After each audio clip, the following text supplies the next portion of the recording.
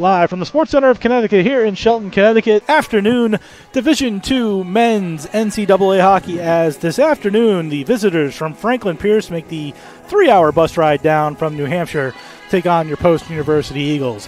A pleasant and freezing cold afternoon here in Shelton, Connecticut. I'm Jeff Nelson. Coach Pete Whitney will join us in just a moment. For the Eagles, 3 out of 4 wins, starting with the overtime win last Tuesday after Jonathan Myers scored the game-winning overtime goal. Eagles went on a 3-game winning streak, including wins at Franklin Pierce and at St. Michael's, their first road victories in 3 years, their first back-to-back road victories in 4, and then lost 3-0 on Saturday to St. Mike's in the rematch up in Vermont. The Eagles today come into this game 7-10 overall, but 5-6 in the NE10. This is their game in hand in the conference. They win today, Coach. They go to within 2 points of second place, and Southern New Hampshire second place coming in for the big weekend series. Eagles have looked a lot better since we last saw them. Again, 3-game winning streak, but here today against an opponent who has struggled this season in Franklin Pierce, 0-17-1 overall, 0-11 in the NE10. You kind of know where you've been there before with this Eagle program, but here's Franklin Pierce coming in with the Eagles, a much better program at the moment. Right, and you're looking at a team, right, you're looking at the record, and sort of the record says what it says, but again, 8 games that they lost by 2 or fewer goals. They were up last time Post played 2-0, so they probably tried to learn something from that piece of the puzzle. And you know, the odds are you just keep going, you keep pushing, and you get hungrier and hungrier for that first goal. So, you know, as we saw with the Morrisville team, those can be dangerous opponents. So you need to jump on those teams early, put some pucks in the net, and give yourself a little bit of room to work, some breathing space, so to speak, as the game goes on. So that's going to be, I think, the thing for Post. I mean, it's cold outside, it's cold inside. The ice looks really good, it looks fast. I think that's in Post benefit from the fact that the quick transition and their ability to play at speed. So that's what I'm looking for. I'm looking for Post to attack early and often and try to build a lead. And these two teams played a week ago up in New Hampshire, with the Eagles trailing 2-0 going into the second period, but coming out on top 3-2. So they know what it feels like both to be down to this team and then to come back and win, but they don't want to do that again today. Speaking to Coach Richter before the game, they're not looking ahead to the weekend series. They know the importance of today's game, one game at a time, one shift, one period. They need to get through it today. They're going to start Drew Blodgett in goal, Coach. Instead of Ben Cunine, Coach Richter wants to get Drew some reps, knowing that he's probably going to go Ben twice this weekend. Sure. I mean, you know, Drew is always up for the challenge, which is, you know, to his credit. So I'm really excited to see what he can bring. For Franklin Pierce, as we mentioned, 0-17-1 on the season, 0-11 in the NE10. First-year head coach Ken Jernander of Hartford Wolfpack fame, one of only 7 people in pro hockey in Connecticut to have his jersey retired. Looking to build on a program, understanding he's got a lot of young players playing, 11 freshmen in today's game. Starting lineups brought to you by Post University, offering online, hybrid, and on-campus degree programs to meet your needs. For you, Post is personal. It's application season. Get your applications in before the deadline. For more information on all of Post degree programs, to visit campus, take a tour, or apply, go to post.edu. That's post.edu. The starting lineups first for the visitors from Franklin Pierce in goal will be Riley Mastowski, 6'1", 185, sophomore out of Jamestown, Pennsylvania. He is 0-7 on the season with a 3.82 goals against average and an .883 save percentage. His defensive combination is Doug McGuire, junior out of Elk Grove Village, Illinois, 5'10", 150, and Todd Branish, 5'8", 190, sophomore out of Littleton, Colorado. The forwards, on left wing, Austin Pick, junior, 5'10", 185, out of Troutdale, Oregon. Center will be John Sterling, 5'8", 150, sophomore out of Centerville, Virginia. And on right wing, Cooper Anderson, 5'7", 165, sophomore out of Marquette, Michigan. The head coach, as we mentioned, is Ken Jernander in season number 1. Assistant coaches Bob Dedemus and Tom Frost. For your Eagles, in goal, as we mentioned, Drew Blodgett, 5'11", 190, a senior out of Lowell, Massachusetts. He's got a 3.67 goals against average and a .906 save percentage. Drew is 0-4 on the season. His defensive combination is NE10 Rookie of the Week, Aiden Kennedy, freshman out of Schaumburg, Illinois, 6'1", 190, leads the Eagles with 13 points on 2 goals and 11 assists. The other defenseman is Owen Rieger, freshman, 6'2", 185, out of Foxborough, Massachusetts. The forwards will be the run PMC line of Mateo Pekka, 5'8", 160 out of Bolton, Ontario. Connor McCall, 6', 188 out of Grosse Pointe, Michigan. And Nate McDevitt, 5'11", 185 junior out of Southington, Connecticut. Head coach in year 3 is Tim Richter, assistant coach Andy DeAngelis, and Brandon Brown. Starting lineups being announced to the crowd here today, a Tuesday afternoon crowd, which unfortunately will be on the lighter side for such an important game for the Eagles. Their game in hand in the NE10, where they sit 5-6-0 right now in conference with 16 points. They are 4 points behind 4th place in the NE10 and 5 points behind 2nd place. So big opportunity for them today. Now we'll rise for the playing of our national anthem.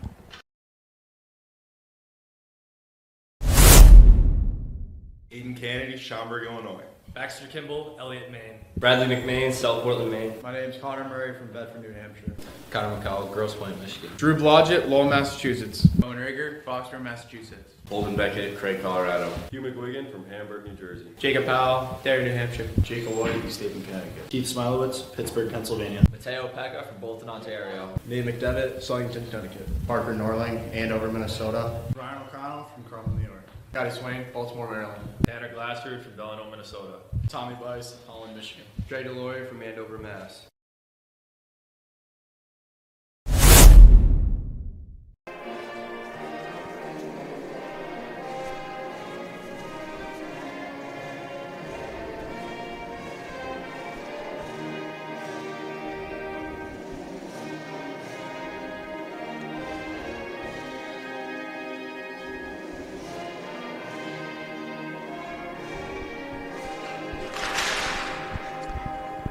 Our national anthem here on a Tuesday afternoon in the state of Connecticut at the Sports Center of Connecticut here in Shelton, Connecticut. For NE10 conference action, 3 more home games remain for the Eagles after today. They'll have a weekend series against Southern New Hampshire that starts Friday at 4, followed by a game Saturday at 3, and then Valentine's Day afternoon, which makes all the wives happy, at 4 o'clock for what should be senior day against these same Franklin Pierce Ravens. Coming out this weekend for both home games. The Think Pink game will be Saturday, so come on out for some charitable fun and support your Eagles against Southern New Hampshire. And then Friday afternoon also, again, 4 p.m. puck drop, which may be a gigantic game. And can't emphasize this game in hand for the Eagles.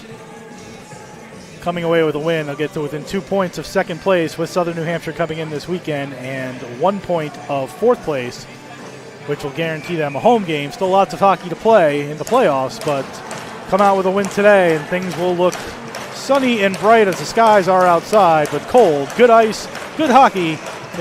In the face-off drop, McCall and Sterling, and a face-off won by Sterling.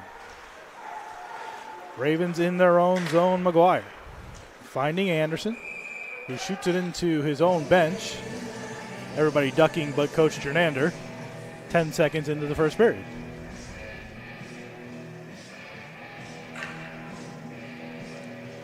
Yeah, everybody stays the same. Face off to the right of Mastowski. Run PMC on for the Eagles.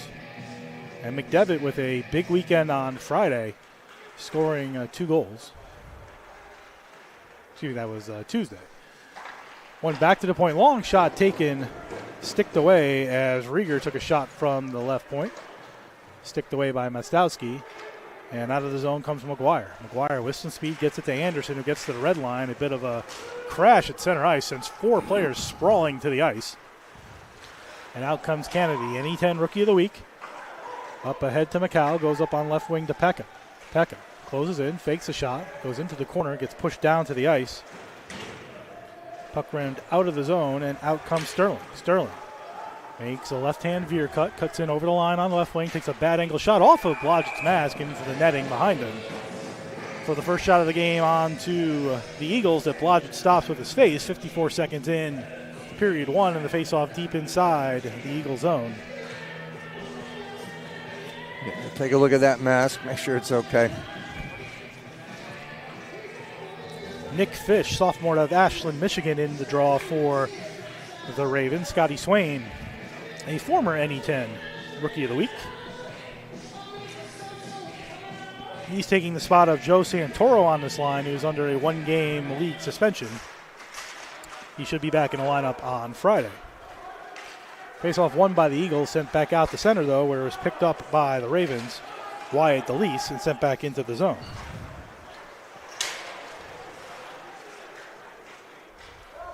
Puck comes to the far side, shot toward the net, taken and blocked in front by Dutcher. Into that dangerous Zamboni corner, rimmed back by Tessier, and Tessier gave it up to Aloy. Aloy looking for Norling, who takes the puck at center, spins away, goes back to his defense. Delory and Glassrud, the defensive combination for the Eagles, going with the big giant defensive pair of 6'5", Captain Delory, and 6'7", Glassrud. And then a shot taken from just inside the line by Holden Beckett, stopped by Mastowski. Yeah, both teams kind of looks like they're just kind of getting their legs underneath them right now, just kind of up and down the ice a little bit. A couple shots, but nothing really grade A yet. Didn't think to ask Coach Richter about the gigantic defensive pair. They usually play them apart just to get the size on multiple defensive pairs, but today going with Delory and Glassrud together. Glassrud, who was our guest after the overtime game last Tuesday. Here's Murray, who left the puck behind inside the Eagle zone and rimmed back around by Turner. Murray goes high in the air, tries to get it to center, grabbed by Turner. Looks to go back to his D partner, Madzi, and picks it up inside his own zone. Eagles change behind the play, and Madzi will start behind his own net. We're 2 minutes into the first period, no score, each team with a shot on goal. Madzi carries it out, tries to feed it up the center to Mitchell, goes off Mitchell's stick, he's able to dump it into Parker. Parker tries to spin off, but then gave it away but to Kennedy, and out to center was McMains. McMains lost it back to Kennedy inside his own zone. Kennedy watched by Ursillo, gives it over here to Rieger. Rieger, long pass down the middle of the ice, it'll go right on to Mastowski, but will hold for a whistle. As we mentioned, Jonathan Myers scored the last goal in the last home game, the overtime winner the other day. He scored, from what I can count, 2 goals so far for the World University Games in Sweden as he's playing for Team Sweden over there in Italy. Yeah, that's a fun time when the guys get an opportunity to do that. I have a couple of guys over the years that did that and speak really highly of that tournament. I know he had 1 goal in the loss to Kazakhstan, and I believe he scored another goal against Team Canada, if I remember. Mastowski falls down after playing the puck, but the Ravens got it out of the zone before there's any damage. No icing as, of course, split the pair of the Eagles. And back in his own zone to rim it around is Bice. Bice, though, lost it, coming out with a centering feed, falling on his stomach was King, and that puck plays out to center. Pick had it taken off his stick by McCall. McCall tried to feed it up ahead to Pekka, but chopped off his stick and back to the defense of McGuire. Teams feeling each other out early on, some hitting, some bad passes. Again, Tuesday afternoon hockey sometimes gets this way. And McGuire feeds a long pass ahead looking for Pick. It goes by Blodgett and taken by Bice. Now, centering pass in front on the giveaway, and then a fan on a shot taken by Dutcher, and back comes Pekka the other way with some speed. Pekka up on left wing, tries to go around. He gets taken down. That's going to be a penalty. Not a penalty shot. Then I can say he was free, so a holding penalty. 4:02 into period number 1 on Wyatt DeLeese, the captain for Franklin Pierce, senior out of York, Maine. 2 minutes for holding at 4:02, and as we talk about stats, the Eagle power play was better than the last time we were here. They're now 3 for 52 on the season. That's 5.8% percentage, while Franklin Pierce's penalty kill, last in the NE10, is 53 for 70, 75.7%. Rieger to Kennedy with a long shot, gets through Mastowski and just rolls wide. Kennedy pinching down, goes back to Rieger. Rieger gave it to Kennedy, fan on it, gave it back to Rieger for a one-timer that goes high and wide. Kimball rims it around, back to Kennedy on the half wall, goes back to Rieger at center point. Rieger comes over on the left-hand side, gets a return pass from Beckett. Back to Kennedy, takes a shot that goes through everybody and all the way out and around. Good puck movement there by the Eagles. Back they come the other way. Here's Kennedy again. Leaves it for Rieger. Rieger on right point, gets it down low with a nice pass. Goes to go behind his back, did McMains, but couldn't get across to Beckett. Back to the point again is Rieger. Rieger fakes a shot. Now takes a little wrist shot through a screen of players, gets deflected wide. Beckett gives to Murray. Murray comes over here to Kennedy. Back to Rieger for a one-timer that just goes wide again, looking for a deflection. Then picked up and rimmed around by Turner and all the way out of the zone. Better puck movement, Coach. A couple of good opportunities there. Yeah, they've got some time, too. Right now, that guy that's down low in the corner, he can walk a little bit, so we've seen that somewhat, but can create some opportunities off of that if they pick up on that and key on that. Delory to Norling, coming in on left wing, in over the line, rims it all the way back around to Delory on right point. Bice, now center point. Gives it to Swain. Swain goes down low, takes a return feed, tried to take a shot. It chopped in right on Mastowski, who makes a save. With 5:37 gone in the first period and 26 seconds remaining on the Eagles' first man advantage of the game. Three or four shots, only one on goal so far. But the Eagles moving the puck, and Aiden Kennedy, the NE10 freshman of the week, team's leading scorer with 13 points, quarterbacking that first unit, looked good. Yeah, obviously you want to score off a power play, but whether you do or don't, getting one early is good because you're getting people involved. There's a lot of puck movement, a lot of touches. Your feet are moving, so it's good to get the pace going too, if nothing else. Howell out there to take the draw against Fish. Fish won it into the far side corner. Howell goes back, and the puck gets swimmed out of the zone past Tommy Bice. 15 remaining on the Eagles' first man advantage. And now Bice carrying it out of his own zone. Drops it behind the Norling. Norling with some speed, carries it in on right wing over the line. Leaves it for Delory on right point. He sends it right back in behind the net and all the way around the boards to Swain. Swain sends it back to center point and instead goes all the way through Delory and down the ice. Delory rims it right back. Power play over. Eagles 0 for 1. Howell trying to find it on his stick. Chopped it ahead to Pekka. He takes a hit. Howell takes it back. Now leaves it for Pekka. Pekka goes across the ice with a pass to Glassrud. Glassrud tried to pass it more than shoot it. Then a bang play off of Mastowski. One bang, two bang, stopped by Mastowski as he held the post as Howell took multiple shots at it. This gets through Glassrud on a dump all the way down. They're going to call icing with 6:34 to go in the first period. There's a couple opportunities, and so far, Mateo Pekka drew a penalty and had a good opportunity and then a setup for Jacob Howell. Yeah, and I think that, again, like they didn't score a goal, but there was good puck movement. Feet were moving. Build a little momentum as a player off of that, and I think we're seeing a little bit of that now. Eagles run PMC with McCall, McDevitt, and Pekka out there now. O'Connell and Glassrud, the defense for the Eagles. McCall kept it in momentarily and had it chopped off his stick and brought in on a 2-on-2. Here's Tessier with a shot that's gloved by Blodgett. Tessier didn't get all of it, but Blodgett came out to the top of his crease to make a glove save. Good save there by Blodgett, and that'll send the faceoff to his left inside the Eagle zone. Yeah, it's important for Drew to feel some pucks early on here as well. Murray and Frett on the draw. One by Murray. Popped up in the air as Rieger tried to make a pass, and Murray picked it up at the red line and will dump it in. Kimball chasing after it in the far side corner, gets taken to the wall by Dutcher. Puck comes back to the point to Kennedy, swings it over to Rieger. Rolls off Rieger's stick, gets popped high in the air and sent all the way down, and Kennedy will get to it before it gets to the goal line. Kennedy behind his own net with 7 minutes gone. Avoids a hit, but then almost turns it over and tries to get it out of the zone. 1-on-2. He pushes it forward, does get it out of the zone. Hits DeLeese for his efforts and pops back into the Raven zone and taken by Dutcher. Dutcher stick checked by Beckett. Spindled it to Swain. Swain to Kennedy to Rieger. Rieger to Beckett. Beckett at the red line tried to dump it in, but took a hit by Dutcher. Couldn't get all of it. Now played inside the zone, the Raven zone that is, and fed out to Parker. Parker on his knees feeds a pass over to Mitchell. Mitchell, 1-on-3, had it turned over and sent right back into the Raven zone where it's played by Ryan Dutcher, freshman out of Milford, Massachusetts. Gave it to Norling, who was just off sides on a giveaway with 7:54 gone in the first period. Still no score here this afternoon. Yeah, they had a good sneaky change there by Pierce, looking to fly that guy wide. Fortunately, that puck didn't get through. As we talked before the game, Coach, any 10 conference battle always important, but you are playing a team that's 0-17 this year, 0-17-1 this season. You don't want to take them lightly, and you don't want to keep them in the game any longer than you need to. So important for the Eagles, who trailed 2-0 against this team the other day, managed to come back with a 3-goal effort to get the win. But as you mentioned, Coach, they have a lot of 1- and 2-goal losses this season, does Franklin Pierce.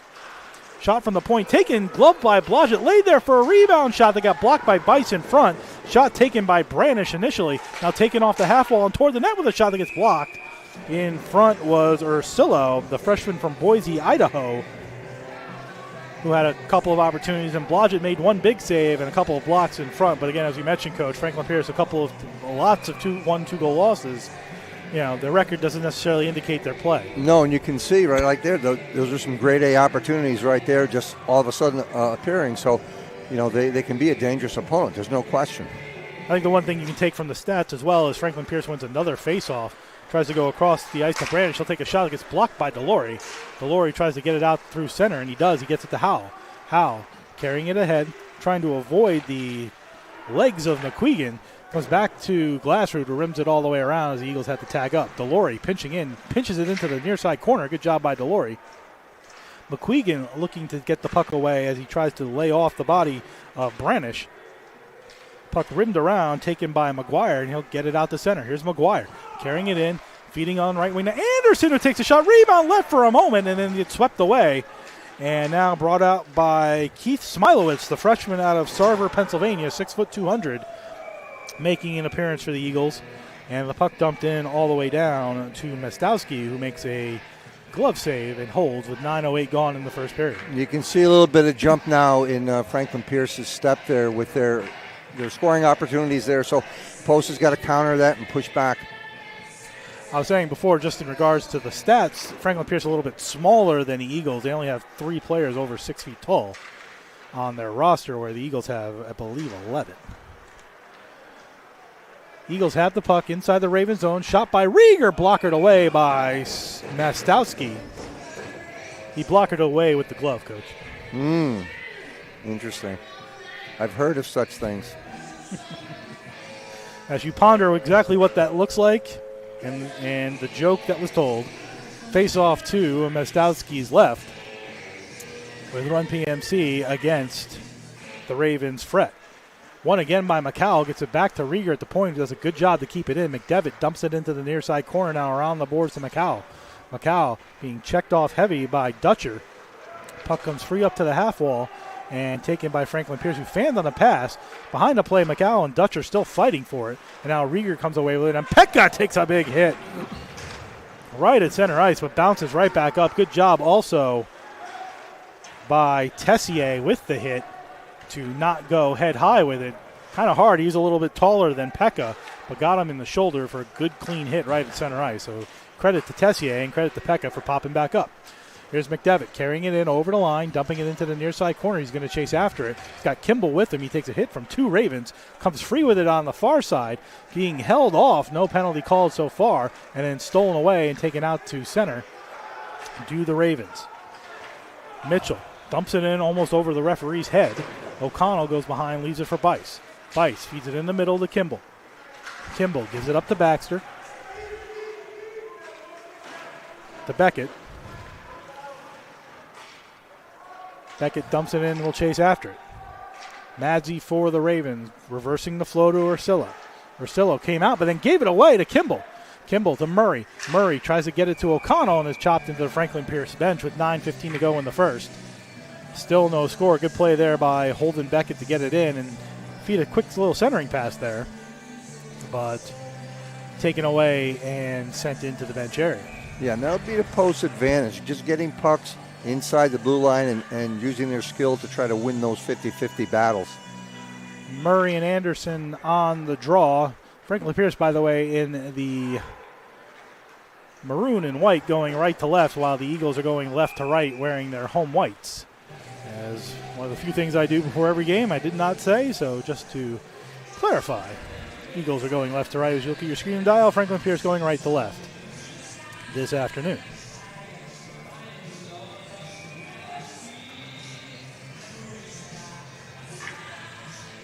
Don't forget to join us in the first intermission. We'll go around the post-university sports scene as we do in the first period intermission of every home game here on the CACC Network and YouTube.com/Go Post Eagles. Swain and Anderson on the draw. One by Anderson. Got it to Branish. Branish now comes out on right wing, tips it around Delory, but Delory does a good job. Glassrud does a good job of holding the line, using that long 6-7 reach to get the puck back, and then giving it up into the middle to Swain. Swain tried to go through 3 players, had it chopped off his stick, but they're going to say offsides. At the Raven line with 8:47 to go in period number 1.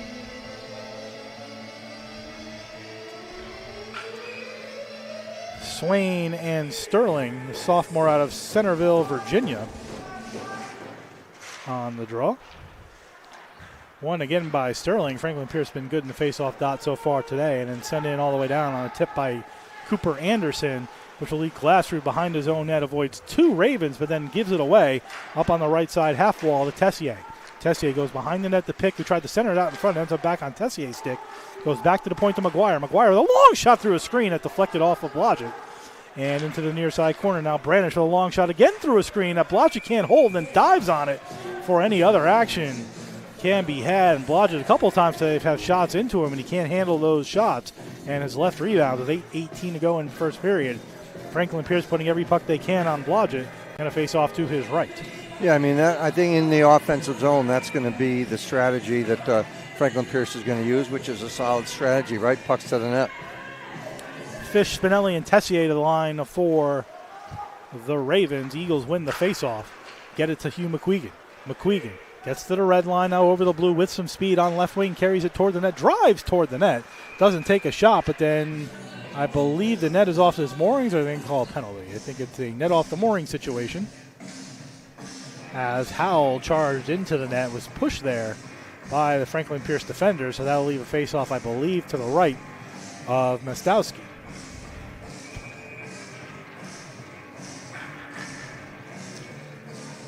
Howell and Fish. One by Fish to Dutcher, who tries to go up the wall, kept in momentarily, but I think it went off a Franklin Pierce sticker player on the bench. The game is slowed down a little bit. 8:01 to go in the first period. Face off back inside the Ravens zone. As Fish and Murray will take the draw for the Eagles. Murray wins it to Kimball over skate. Now Kennedy, a long shot from the point. Try a spinorama, did Beckett. Couldn't get the full spin, lost the puck, and back the other way come the Ravens. They turn it over, though, and Kennedy right at his own red line. Had it chopped off his stick. Taken back again by Tessier. Tessier plays catch with Kennedy, and now Kennedy has it inside his own zone. Long pass off of Beckett's stick. Inside the Ravens zone. Sent high in the air, but kept in as a long shot by Rieger. Goes off the body of, I believe, Kimball. Right to Murray, who rims it down behind the net. Turner trying to reverse the flow. Good keep in by Kennedy momentarily. And then the turnover, and everybody will go off for a line change. Here's Dutcher. Dutcher with some speed, carrying it in over the line. Good stick by Rieger. Leaves it for McCowell, who gave it to Pekka, then turned it over to Fret. Fret dumps it in. Rieger back. Rieger behind his own net, watched by Fret. Reverse the flow to Kennedy nicely. Kennedy tries to get it up and out of the zone, and it's kept in somehow in the Eagle zone. Kennedy goes back to Pekka off his stick and out the center. McCowell comes away with it up on left wing. 3-man rush for the Eagles. McCowell with a shot that gets blocked in front by Ursillo. Never gets there. And now Ursillo comes back the other way on right wing. O'Connell uses his stick to keep the flow of Ursillo from moving forward. And now here's McDevitt. McDevitt dumps it in. Chasing after it is Brandish. Goes far side. Little touch pass ahead. Turned it over to Pekka. Now here's Swain. Swain closing in on the backhand, and he just missed. Good job by Mostowski to get out there and make Swain make a move, and it just went wide. McDevitt tried to center it to Bice as he was closing in down the slot and then turned it over. And here's Mitchell. Mitchell dumps it in, cross corner dump. And O'Connell will play it behind his own net to Bice. Bice, long pass ahead to Aloy. Thought Aloy got a touch on it. Norling trying to win the race, and he does to avoid the icing. Good job by Norling there to keep the play moving. As I thought Aloy got it originally, now Aloy avoiding the referee. Chipped it down low and kept in the zone momentarily. Norling Had it roll off a stick, and back the other way comes Franklin Pierce. 2-on-2. In over the line. They got a man in front. They center it off a leg, and it just goes wide. As the speed of Trent King, he went around the net, centered it off a leg. The freshman out of Malone, New York. Don't know where Malone, New York is. I'll have to look that one up. I've been there. Used to be an Air Force base there years ago. Okay. Central New York or upper? Upper New York, up past like Saranac Lake, Lake Placid, up north of that. Icing on the Eagles as Aloy touched it on the wrong side of the red line, and I've learned where Malone, New York is. I'm going to gather not a large town. No. Okay. No. Actually, my wrestling coach from high school was from Malone, New York. Smaller than Morrisville? Yes. Okay. He would tell us stories of on Saturday nights they would bend parking meters for fun. He was a big man. There's a lot to unpack on that one, but we welcome everybody listening in Malone, New York, and hopefully we've made some friends up in that part of the country. Here's Jake Aloy carrying it in on right wing, looks to center it over the line, but he turned it over to Cooper Anderson, and Anderson gets to the red line and dumps it all the way back into the Eagle zone. A lot of dumping and chasing so far here in the first period as Pick reversed it to Delory. Delory makes a dangerous pass and kept in nicely with the stick of Fish. Fish on left wing looking to shoot as he sort of no-look shot it, blockered away by Blodgett.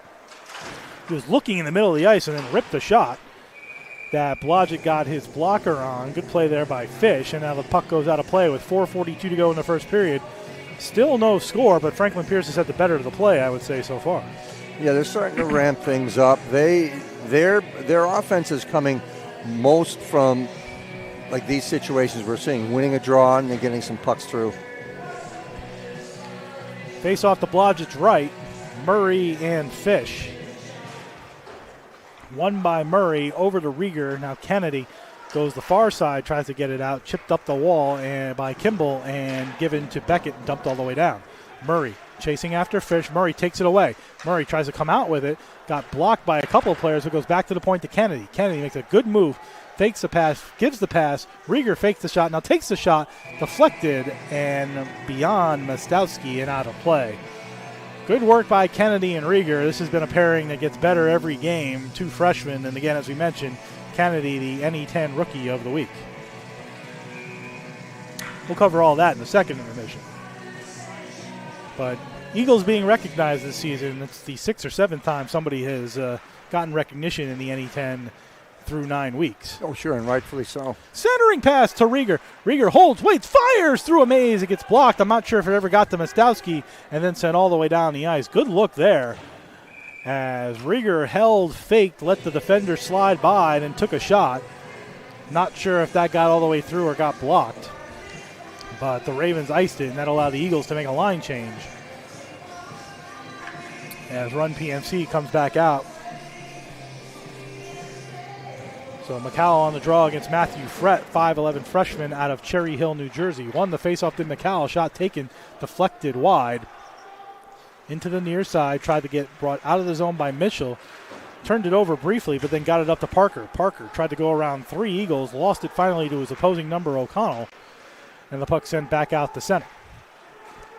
McGuire played it to Branish. Branish had it roll off a stick to McCall. Fighting for it is McDevitt, but back to the Eagle D goes Tommy Bice. Bice to McCall, cross ice to McCall, O'Connell. McCall in front to McDevitt with a shot right on. That's stopped by Mostowski. Right in the middle of the ice is McCall with a shot. He takes one that's stopped by Mostowski. Now Pekka behind the net.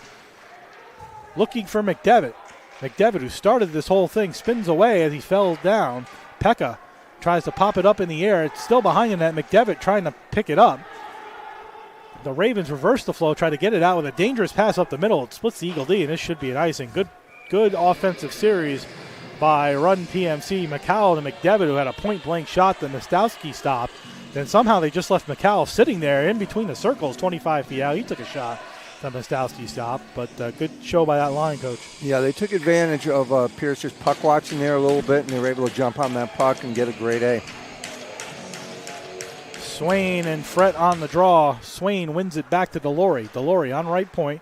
Feeds it down to Norling on the half wall, spinning away in the corner as he brought it down. Shot by Delory from the point. Gets a deflection, and it just goes wide. Aloy got the deflection. Now Norling Comes from near to far, back to Glassroot on left point. Glassroot does a good job to keep it in on the pressing defender, but Norling took it out of the zone as he couldn't keep himself inside the blue line. DeLory takes a hit and gives a hit on Brandish. Now brings it in and they score! It's Swain who found the puck after DeLory took a hit at center, and that's what the Eagles needed at 17-24 as freshman Scotty Swain scores his third goal of the year, and the Eagles have a 1-0 lead. Yeah, now just that you could see it's kind of building with the pressure that Post was able to put on. Franklin Pierce not able to really get out of their zone cleanly and just keeping their foot on the gas and moving the puck quickly, and then that good catch and quick release by Scotty, that was the difference maker. So Scotty Swain's third. That might be the fastest goal call we've ever had in the history of this event. Now here's McQueenan back in over the line, 2-on-1. He'll take a shot, and the stick went farther than the puck as Mostowski made a save right after the Eagles scored the goal. And at 17-24 was the time of the goal. It's Swain is third from DeLory and Norling at 17-24. And 12 seconds later, a 2-on-1 that the Eagles brought back in, and another stop by Mostowski. Eagles win the faceoff. It's Rieger on right point who keeps it in, sends it down below to McMains. McMains spinning away, had it taken off his stick. McQuegan now pinching down low. Rieger does a good job to pitch it in, goes off his stick and kept in his zone by McMains. McMains up on left wing now. Looking to pass, sent it back into the slot area, but the only one there was Cooper Anderson for the Ravens, and he'll carry it out to center, but nice step up by Kennedy to keep him from going any further, and the Eagles try to get it out of their zone, and they do with a nice play by Kennedy. Kennedy to McMains, up on right wing. He's in over the line. Gets a nice pass to Howe. Howe couldn't get the shot off as Pick closed in, and now back to the point. Here's Rieger on right point, makes a fancy move, closing down the slot with a save, and a rebound left there as Rieger, that's the second time in this game, he's just let the defender fly by, and he's cruised down the slot with a good opportunity, but a save there by Mostowski. Mostowski stepped up his game in the last couple of minutes. This could be 2-3-0 as he's made a couple of big saves after the first goal. Here's Tommy Bice. Long pass up to center. Across the ice into the Raven zone. Not far enough for an icing. Played, though, by McGuire. McGuire tries to get it out. Spindled it up to center and taken with the aggressive speed of Spinelli. Spinelli dumps it down behind it. A good play there by O'Connell. Chip it away. And then a shot taken off the point. Rebound lay there. Blodgett. A couple players in the goal. Blodgett, though, standing tall in his crease. Bice gets out of the net, comes back into the play. It's played by Tessier. Tessier, nice pass into the slot area. Long shot taken as cruising down was Brandish. Then a recenter, and the net comes off the moorings with 46.8 seconds to go in the first period. Good pressure by Franklin Pierce, their first real pressure in a few minutes after the goal by the Eagles. Yeah, again, we always talk about those shifts after a goal, and there you see that Franklin Pierce kind of returning the favor, putting the pressure on Post now and forcing them to step up and come up, which they did. Face-off won by the Ravens, shot toward the net. In front, and a wide open opportunity on a deflection as Ursello had it 10 feet out and ripped it high and wide as he tried to pick the corner. It was a slow shot, bounced off a leg, and somehow ended up on the stick of Ursillo, about 10 feet out. And he ripped it with a wrist shot just high and wide. Kimball spins with it, gets it out to center with 20 seconds remaining in the first period. 1-0 Eagles. Quick pass to Brandish. She'll carry it in on left wing, goes around his opposing number, McCowell. Gets it to DeLory. DeLory behind his own net goes reversing the flow to Pekka. Pekka looking for the breaking Beckett. Beckett avoids the bigger hit, still takes a hit by McGuire, and that should do it for the end of the first period as the puck dumped all the way to center, and that'll do it. So if you want to talk about a boxing match, each team sort of felt each other out with some jabs in the first 10 minutes.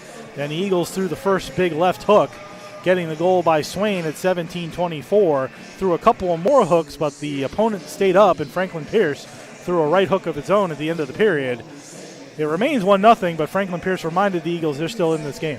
Yeah, again, like we said, the record is what it is, but this is a team that obviously works hard and grinds it out and showed Post that you scored, but we're going to take our, like you said, we're going to take our swings at you as well.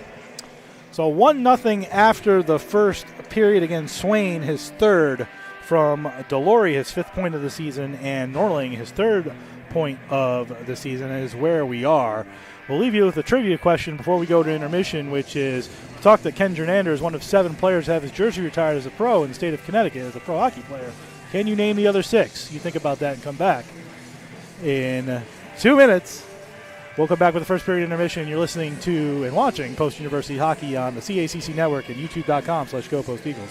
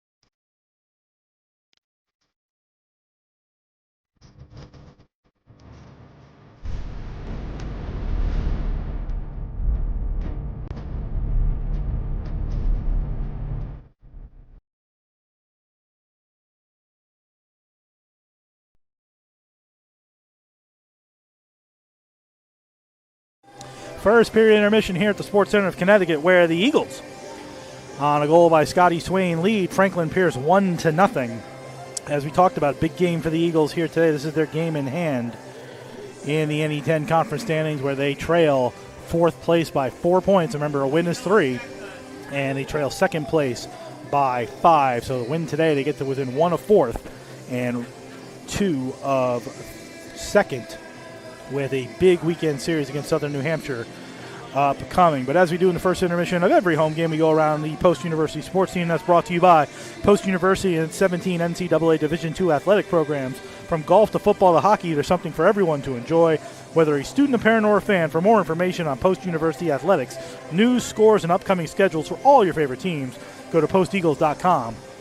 That's posteagles.com. Eagle fans, are you ready to update your closet and represent your Eagle fandom wherever you are, every day, every way, and everywhere? Whether you're walking around campus, rocking in the nest, strolling the neighborhood, on vacation, or even out with that special someone. And remember, Valentine's Day is right around the corner. It's time to show your school pride. Go to posteagles.com, click on the fans section on the right-hand side, then click on School Store to get your Post Eagle gear. Use the code SPRINT15 between now and Sunday, January 26th, that's this Sunday at checkout, to receive $15 off your order of $75 or more.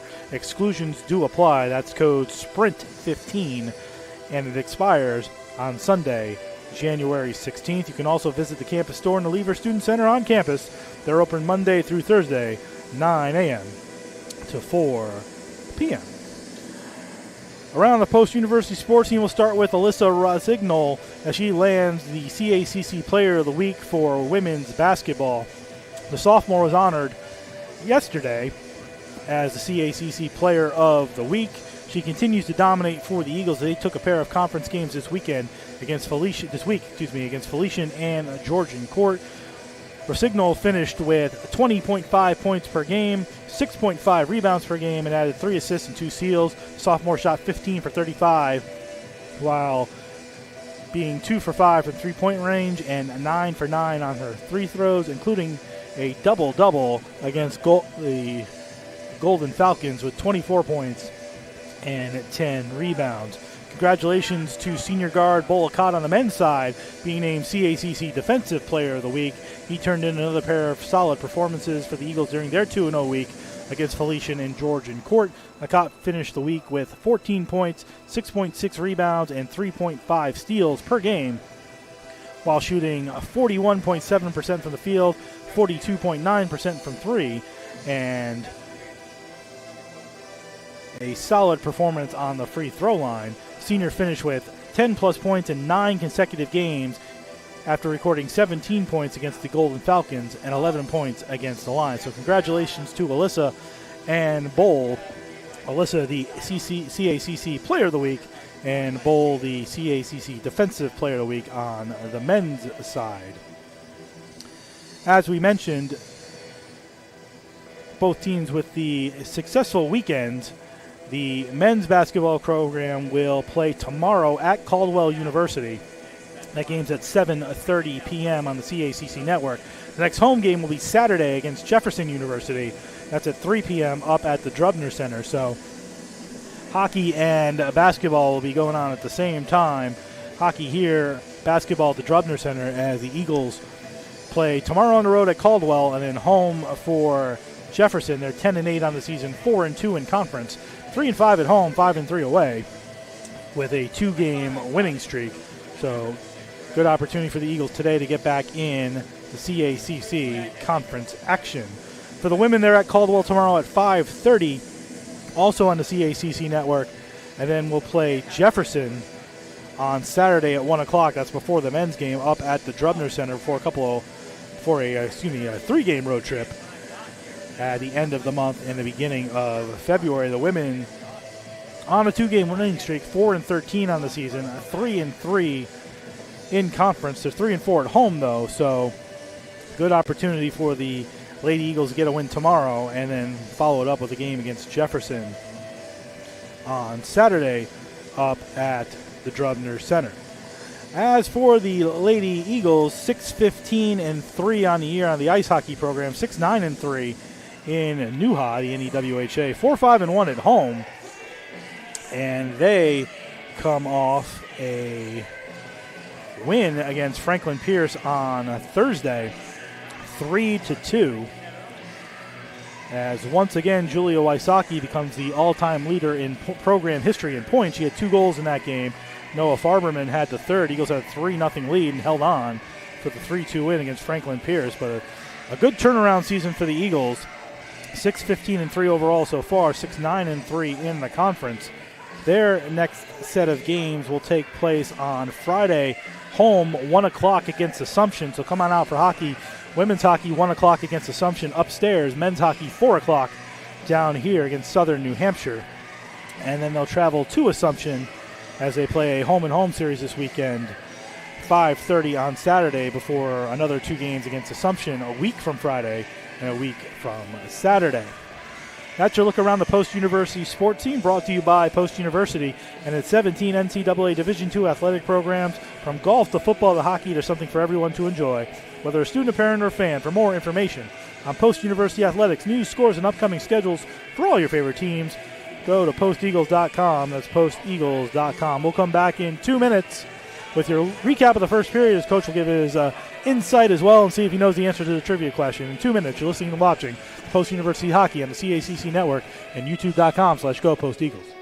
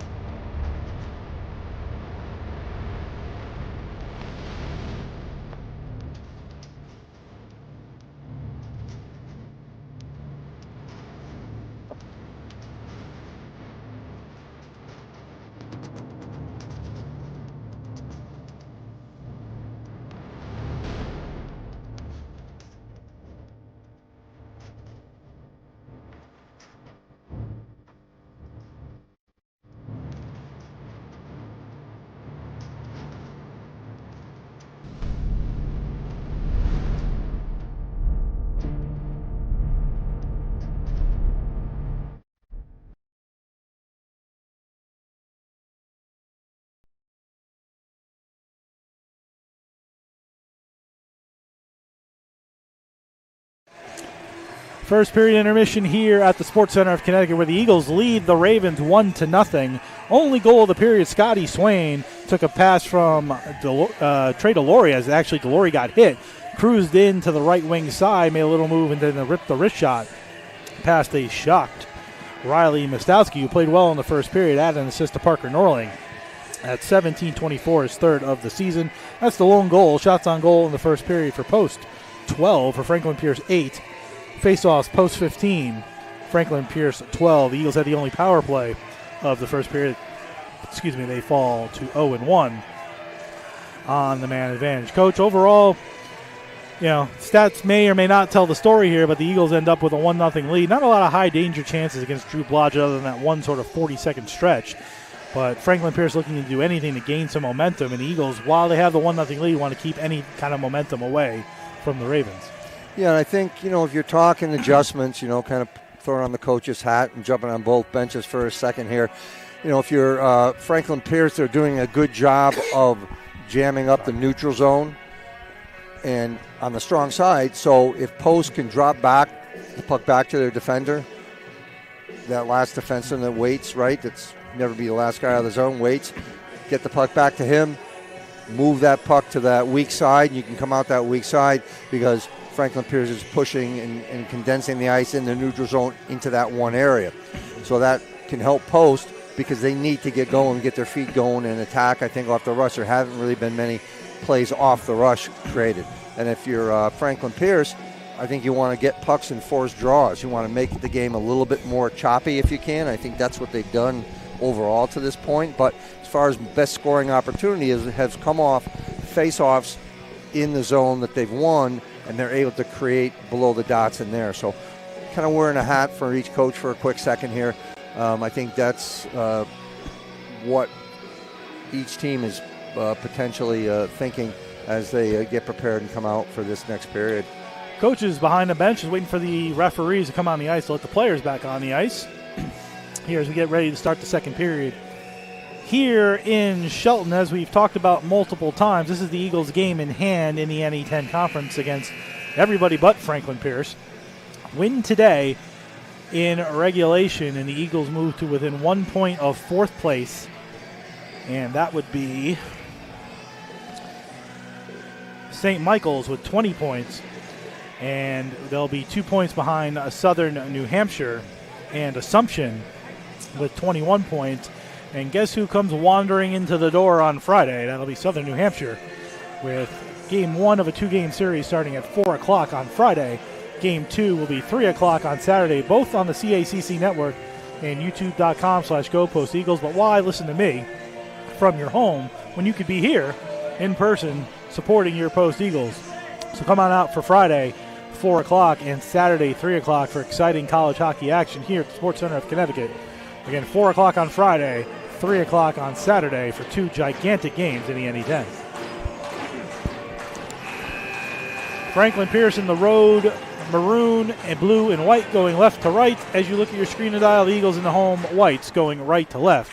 As you look at your screen and dial, face-off down, second period underway.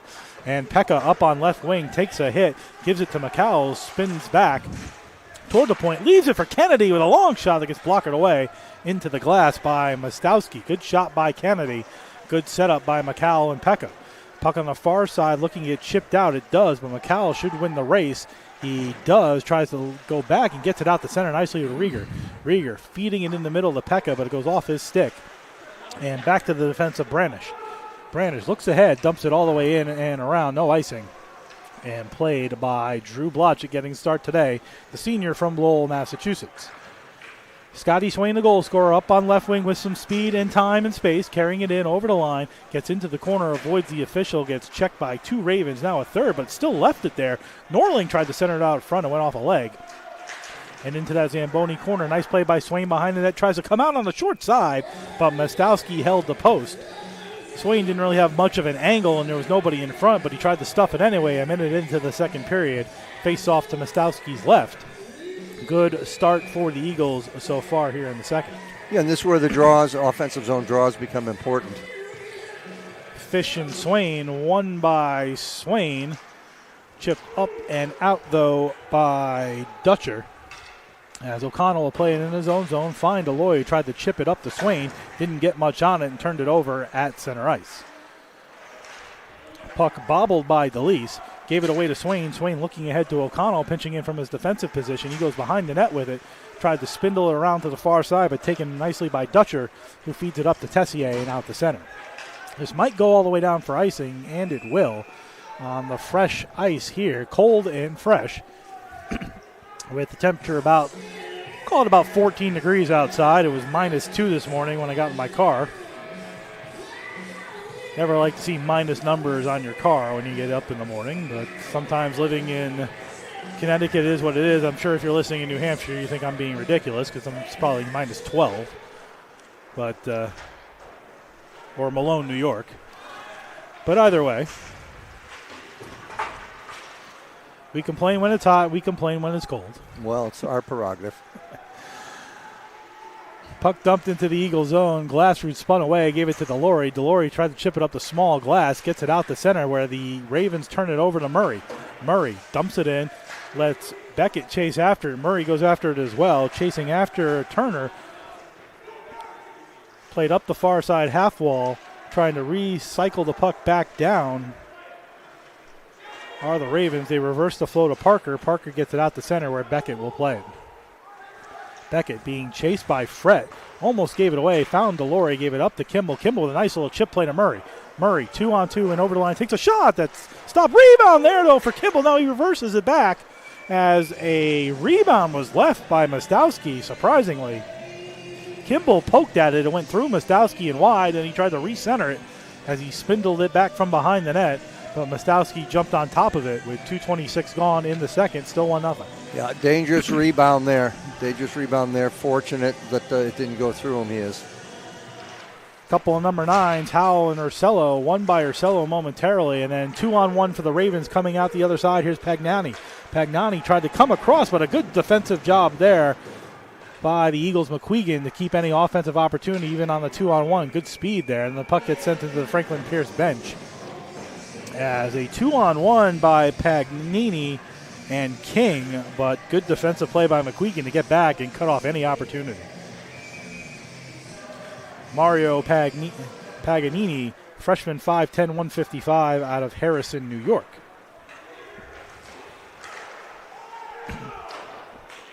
Puck dumped inside the Raven zone. McGuire reverses the flow to Branish, who sends it up the far side looking for Paganini.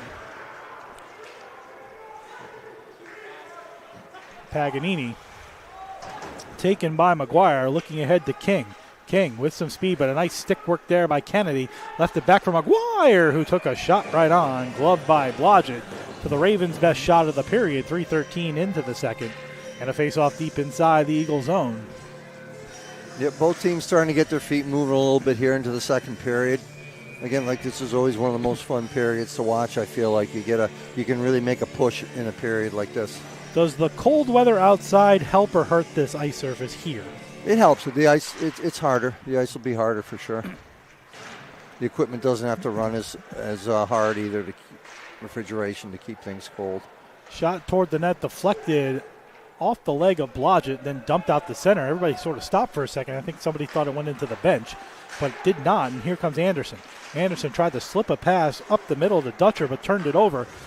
Pekka checked off, looking for interference calls. He wasn't anywhere near the puck, but nothing coming. As Dutcher feeds it up to Sterling. Sterling to Cooper Anderson. He gets checked off by McDevitt, and back comes McCall. McCall had a roll off his stick. Now has to wait for Pekka to get back onside. Stumps it in. McDevitt will chase after it. McDevitt left it behind the net, but Sterling the only one there. Now he comes out and feeds a pass to Dutcher. Dutcher looking for Sterling, sends it all the way down. This should be an icing, and it is, as O'Connell gets back. And that'll give a face-off inside the Raven zone. Looks like to the right of Mostowski. With Swain, Norling, and Aloy out there for the Eagles, and Anderson, Sterling, and Pick. The three forwards for the Ravens. Aloy right at the top of the circle behind Swain. Swain wins it right to Aloy. Takes a shot right on. Left pad save by Mostowski. I wasn't trying to predict the play, but clean win right to Aloy standing there, and he ripped it right into Mostowski. Swain gets taken down, and a hand pass as Swain went forward, got taken down by Sterling, and they slid for a solid 25 feet from the red line into the Raven zone, but a hand pass on Swain, and a faceoff will come all the way back into the Eagles zone. I felt like that was a lax call. It was. Swain and Nick Fish on the draw to Blodgett's left. Won by Fish pretty cleanly. Back to the point with a shot taken on left point by Turner that goes wide. Tried to recenter, did the Ravens. Comes free on the far side. Fish trying to go back to the point. There's a penalty on the Eagles upcoming as Fish got dumped to the ice. And initial indications look like interference on Scotty Swain at 4:34.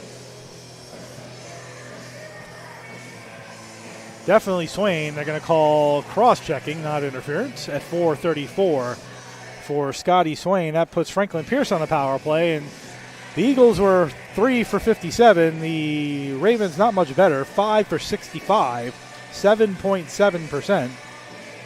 Eagles on a penalty kill, 63 for 77, 81.8%. That's fifth in the NE10.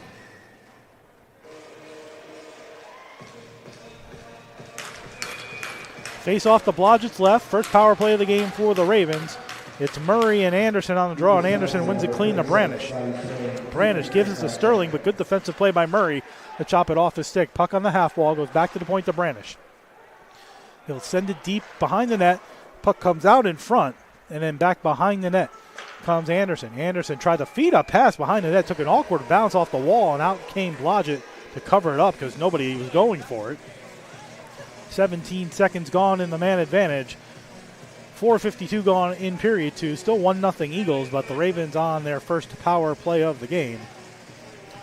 As Sterling and Murray now to the left of Blodgett. Won by Sterling over to Pick. Pick tried to go back to the point to Dutcher.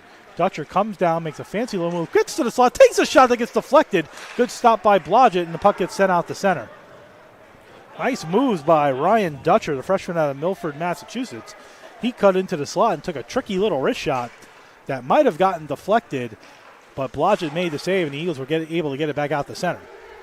Rieger inside his own zone, being held off by Pick, but a good job to find his partner, in this case McQuegan, and McQuegan sent it all the way down the ice.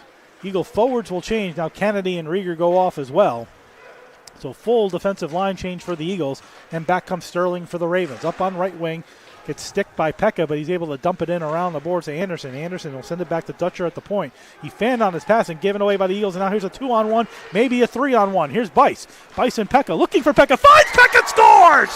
What a setup by Tommy Bice on a beautiful 2-on-1 shorthanded. And at 5:47, the Eagles get a shorthanded goal. That's Mateo Pekka's second of the year, and the Eagles have a 2-0 lead. Yeah, that was just a great play by Tommy, seeing the ice. Mateo's got that quick jump in his step there. He's able to just read the play, jump into there, just accept a really, really nice pass, and no chance for the goaltender on that one. For Mateo Pekka, the junior out of Bolton, Ontario, his second goal of the season, a shorthanded goal. Bice gets the lone assist at 5:47. For Tommy, his second point of the season. Ravens still on the man advantage. They still have 30 seconds on the power play, but the Eagles a big shorthanded goal to take a 2-goal lead. And you could sort of see that play developing. It was a 3-on-1, more than a 2-on-1, but an excellent cross pass by Bice right on the stick of Pekka. And he did what so often players in that situation don't do, is he lifted the puck and put it right in the top part of the net versus just sliding on the ice where those big flippers of the goaltender usually get to it. Yeah, and that's the difference maker, right? And today's goaltenders, they'll do that. They'll drop, they'll slide across, and they'll force you to be good and hit that top corner, which Mateo was able to execute. McGuire gets a shot from the point on as the power play is about to expire. Still 5 seconds.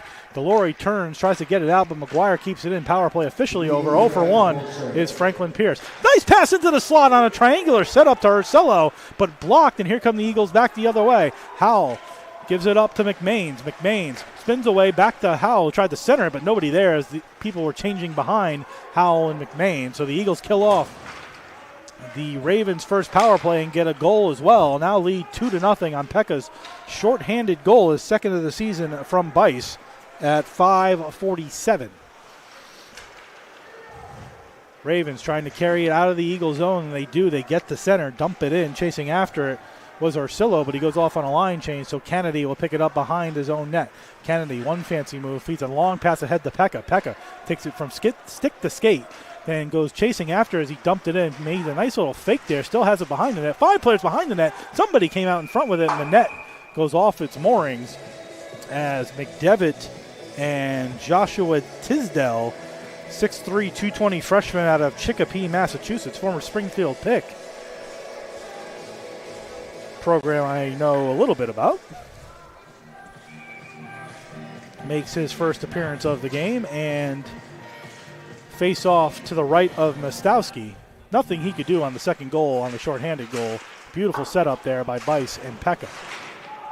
Kennedy sends it in to Swain, who opened the scoring, centered it in front for Norling, but he got checked off and it went through 3 players and back out. Bringing it in is Franklin Pierce. It goes off a defender, and now Aloy sends it out the center, and Norling has some speed up on left wing.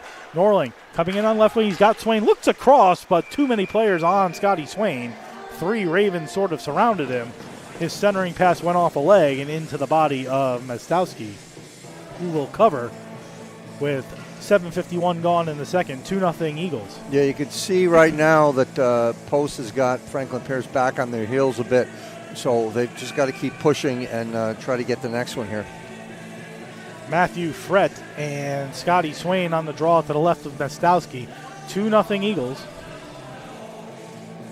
here in Shelton this afternoon. Face-off won by the Ravens, popped high into the air, but good job by O'Connell to get over there before the Ravens could do anything with it. It gets dumped into the Eagles zone. O'Connell again wins another race against his opposing number, Philip Parker, and the puck sent back out the center. Aloy goes flying inside the Eagle zone. Cross ice dump. Parker picked it up on the near side corner, rims it behind the net, looking for a return pass, but O'Connell comes out the middle, turns it over to Branders. There's a penalty behind the play, I think on Franklin Pierce.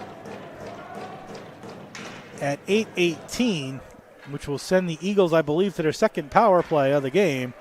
It's going to be Sam Mitchell, the freshman out of Pittsburgh, Pennsylvania. 2 for high sticking at 8:18. Combined, these two teams have scored 8 power play goals this season on 119 attempts. Well, this is a great opportunity here for Post to build this lead up to a 3-goal deficit for Franklin Pierce. Eagles 0 for 1 today. Get the puck in the zone, played by Rieger. Rieger gives a nice little chip pass to Kennedy on the half wall, being watched by 2 Ravens. Goes down low behind the net. Kimball comes out with it, takes a bad angle shot that's stopped by Mostowski. Behind the net, 5 players there, 3 Eagles, 2 Ravens, fighting for it right behind the Raven goal. Finally pulled away by Murray. Murray comes over here, gives to Rieger. They play catch. Nice cross-ice pass to Kennedy to Rieger. Fakes a shot to Murray, who takes the slap shot wide. He wasn't pointed near the goal, so it went rippling wide. Kennedy, now he comes out with it. Top of the slot, holds and waits. Feeds a pass down low to Beckett. It goes off of Beckett's leg as it wasn't on the stick. Kicked it to the Zamboni corner. Beckett does a nice job using the body and came away with the puck. Good job by Beckett there. Puck comes back to the point, past Rieger, and all the way out to center. Kennedy has to chase after it. It's good pressure by Austin Pick. Turned it over momentarily, and Blodgett almost let that one roll past him. Then a long pass ahead to Swain with the break. Swain closing in, takes a shot, stopped by Mostowski. As Blodgett almost fumbled it on his end. He looked like he was going to play it with his stick and then sort of fell down with it under his glove. Almost went rolling by him, but then a long pass from the goal line all the way to Swain on a mini break, but good job defensively by Franklin Pierce to not allow him to get a good shot off. And 55 seconds remain on the man advantage. 9:23 gone in period 2. Yeah, Scott has got good, quick first 3 steps. Plus, he's feeling good after scoring a goal today. So got to watch him. Bice does a good job to keep that clearing attempt in, and then a return pass from Swain to Bice. Bice wasn't ready for it, and it comes all the way back down to Drew Blodgett. Eagles power play dynamically has looked better. Just haven't been able to get one by Mostowski yet. Brought back in by Norling. Played to Delory on right point, down low to Norling. Norling comes out of the corner, top of the far circle, gives to Swain, top of the near circle. He closes in waist, looks in front for Norling, found him. Deflected just wide, now bringing it around the other way is Howell. Tried to slam it in, but Mostowski got over there. Near circle is Swain as he's on the left side of the triangle. Bice fakes his slap shot, gives to Delory. Closing in waist, takes a shot that gets blocked in front. 5 seconds remaining on the Eagles' second power play.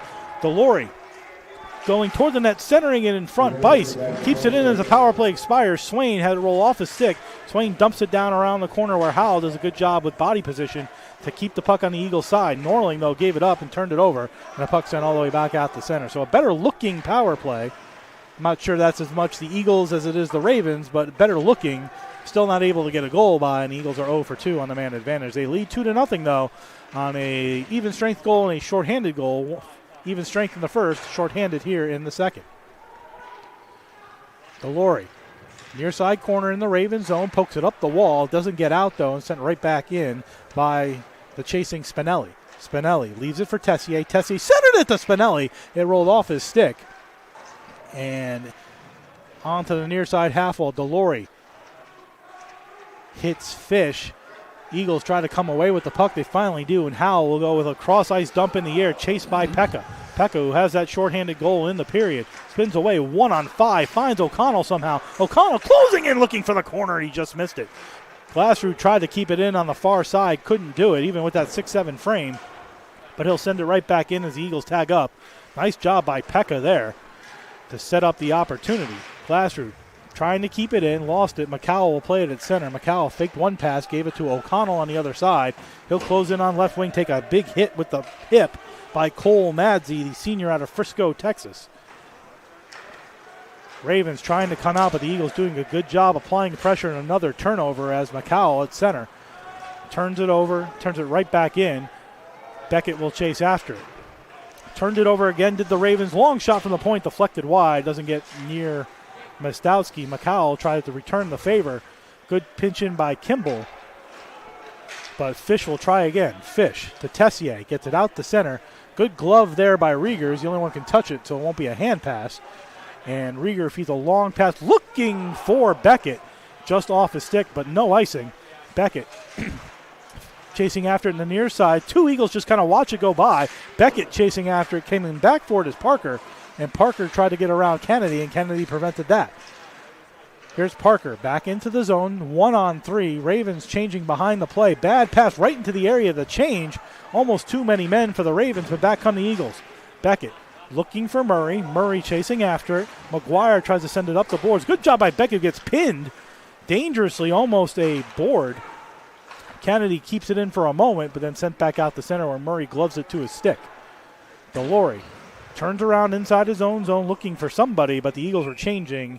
Somehow that puck made it all the way through the bench and all the way down. And that'll be an icing with 6:55 to go in the second.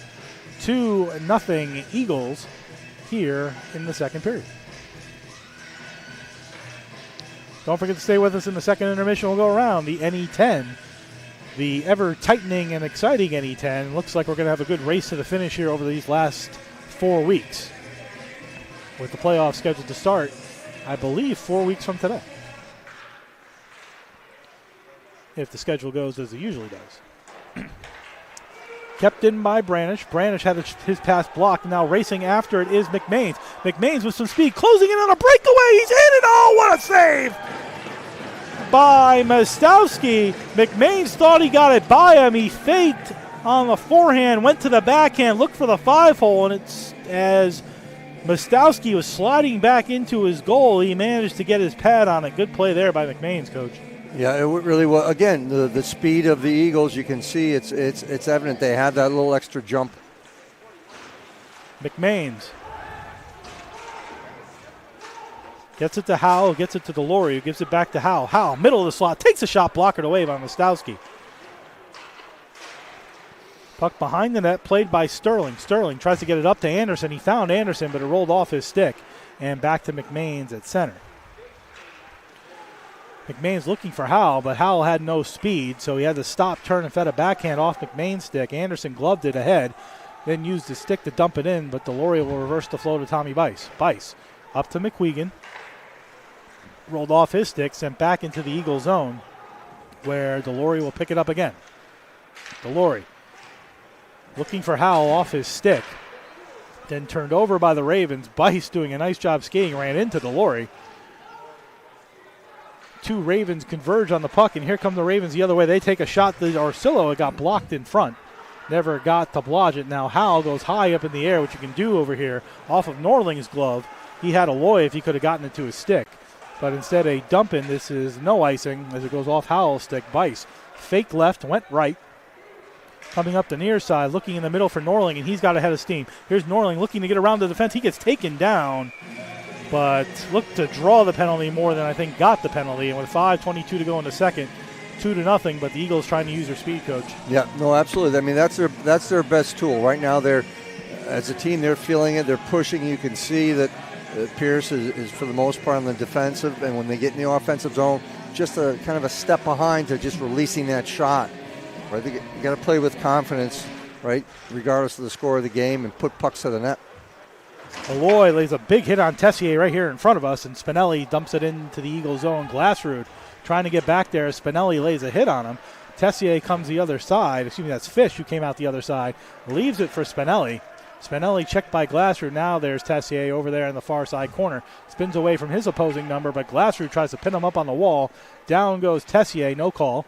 Swain takes an elbow from Spinelli, no call there, and the puck goes behind the net. Now a check by O'Connell behind the net as this game's picking up a little bit of intensity in regards to the checking. Puck pinch up the wall to Aloy. Aloy tried to give it back, fell down, turned it over. Puck kept in for Dutcher, who shoots it wide. Picked up on the far side by Spinelli. He'll reverse the flow to the near side off the dasher. Rimmed it around the Dutcher. Dutcher tried to pinch it down, but Aloy does a good job to stop the puck right there. Comes free to Glassrud. Will go behind his own net with 4:27 to go in the second period. Tries to get away from Spinelli.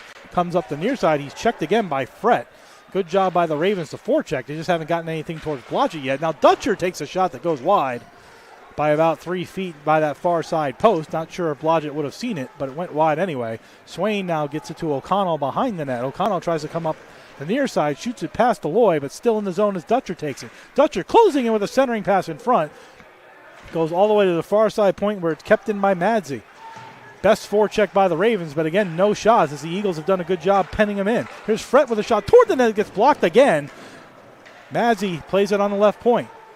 Buzzing are the Ravens. Coming into the middle of the ice, leaving it for Dutcher. Dutcher takes a shot through a maze of players and finally deflected out of play.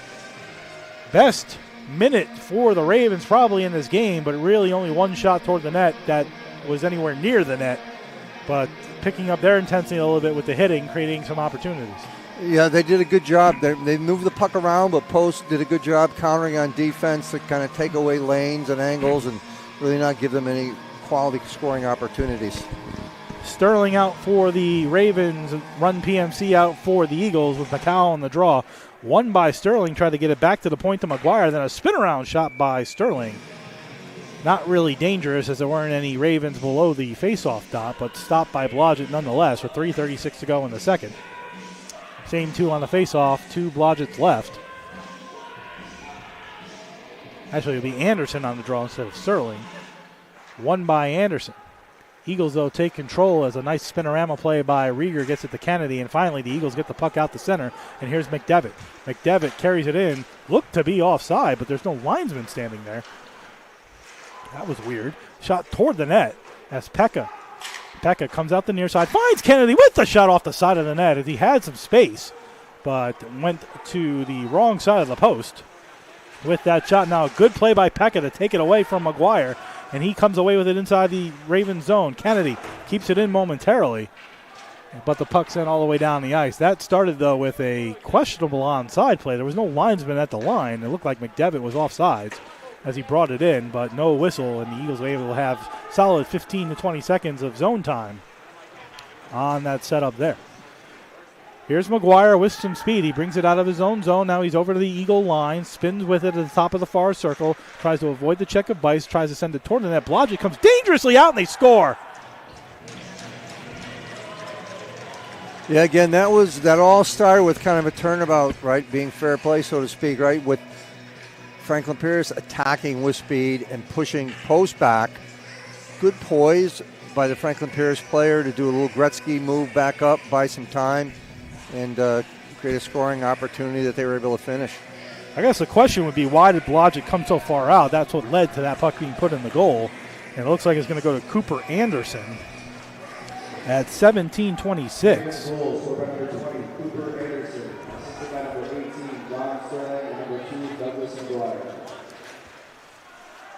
All started by McGuire. Then when he took his shot, it popped up in the air. Blodgett came way out to try to glove it. That's when it got chopped down by Sterling, and the puck centered in front where Anderson found it. So Cooper Anderson, the sophomore out of Marquette, Michigan, his 4th goal of the season from Sterling and McGuire. Sterling, who is second on this team in points, with his 8th assist. He does lead the team in assists. Excuse me, he's now tied for the second in points. And McGuire, his 5th point of the season. All of that happening at 17:26. And now the Ravens back to within 1 as it's 2-1. Glassrud keeps it in for the Eagles. Center point, took a shot toward the net, blocked by Tessier out the center. Deloria will send it right back in as the Eagles tag up. McMains gets there first on the near side. Tries to center in front. He did. Howell played it now. Backhand by McQuegan, stopped by Mostowski. Howell inside the Ravens zone as the Eagles buzzing a little bit with 1:45 to go in the second. 2-1 now on the Ravens goal. Again, it's Anderson, his 4th from Sterling and McGuire. And it's 2-1 now. But good shift here by the Eagles. Chasing after it is Aloy. Mostowski comes out to play it for Madzi. Gives it up to Tessier. Tessier then turned it over to Aloy. Aloy had to wait for Howell to tag up. Now Delory, long shot, blockered by Mostowski into the netting behind him. And quietly, Riley Mostowski, the sophomore out of Jamestown, Pennsylvania, has played a really good game for Franklin Pierce as they clawed back to within 1. Now, we did see this just a week ago where the Ravens had a 2-0 lead and the Eagles claimed back and won the game 3-2. The Eagles don't want to see the same thing here on that odd goal that gave the deficit to be cut in half. No, like I say, and again, broken record, right? But as we get through this period, hope we get pop one here with a draw. But if not, that third period becomes so important as it is every game. Here's Anderson on left wing. He takes a shot that gets blocked. Bice came away with it, chipped it up the wall to Aloy. Did a nice little stick play to Swain, but lost it inside the Ravens zone. Then a bad angle shot that goes through the crease. Now a turnaround shot taken. Bouncing toward the net. Blodgett tries to stop it. He's on his belly. And he made the save with 57.8 to go. And just from a momentum standpoint, Coach, Franklin Pierce was down and out for a lot of this, and then they break on a goal, and you can feel them a little bit now with a little bit of a push, knowing they're only 1 goal back again. Yeah, I mean, honestly, when you're playing the game mentally, getting that 0 off the board is such an important factor. And for them, it comes an important part of the game. So we'll see how this period finishes out, but looks to be a good third period. Eagles have 7 players on the ice, which even now they're trying to take 2 off. Let's see. McDevitt and Pekka were out there. Now Pekka's coming back out. Now Norling's coming back out. I don't think they're going to let that happen.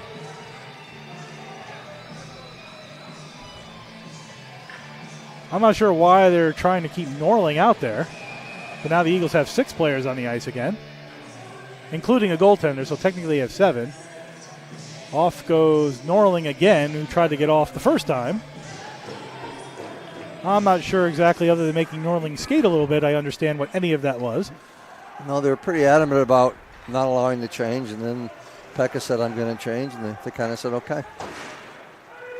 All that for an icing that's going to end up in the Eagles zone anyway, and a face-off back in the Ravens zone with 46.5 to go. Referees really were trying to keep Norling on the ice.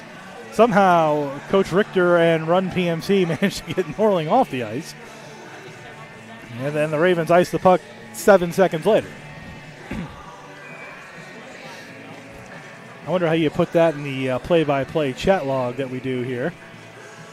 I don't know. Murray and Sterling to the left of Mostowski.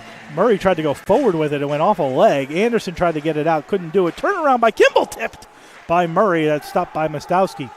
Murray trying to come up the near side. Anderson, who's got the goal, chipped it up the wall nicely to Dutcher. Dutcher dumps it in. Blodgett will cover. So a faceoff will now be deep inside the Eagle zone with 29.8 to go in the second period.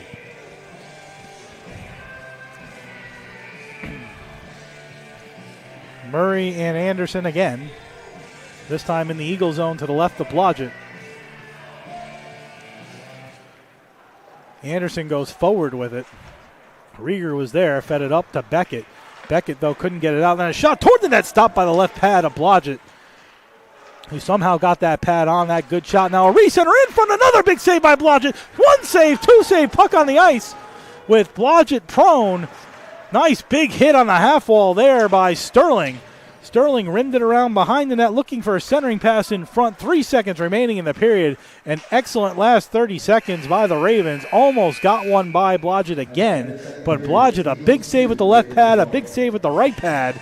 And he keeps this a 2-1 game, and this is going to be a fun third period. Yeah, it will be for sure. Right? I mean, right now the difference maker is post special teams. And that nice pass from Bice to Pekka, and Pekka able to convert on that. So an exciting 20 minutes of hockey coming up, but first an exciting 15 minutes of intermission as we look around the NE10 here on the CACC Network and YouTube.com with the score, the Eagles 2 and the Ravens 1. We'll be back in 2 minutes. You're listening and watching the Post University Hockey on the CACC Network and YouTube.com/Go Post Eagles.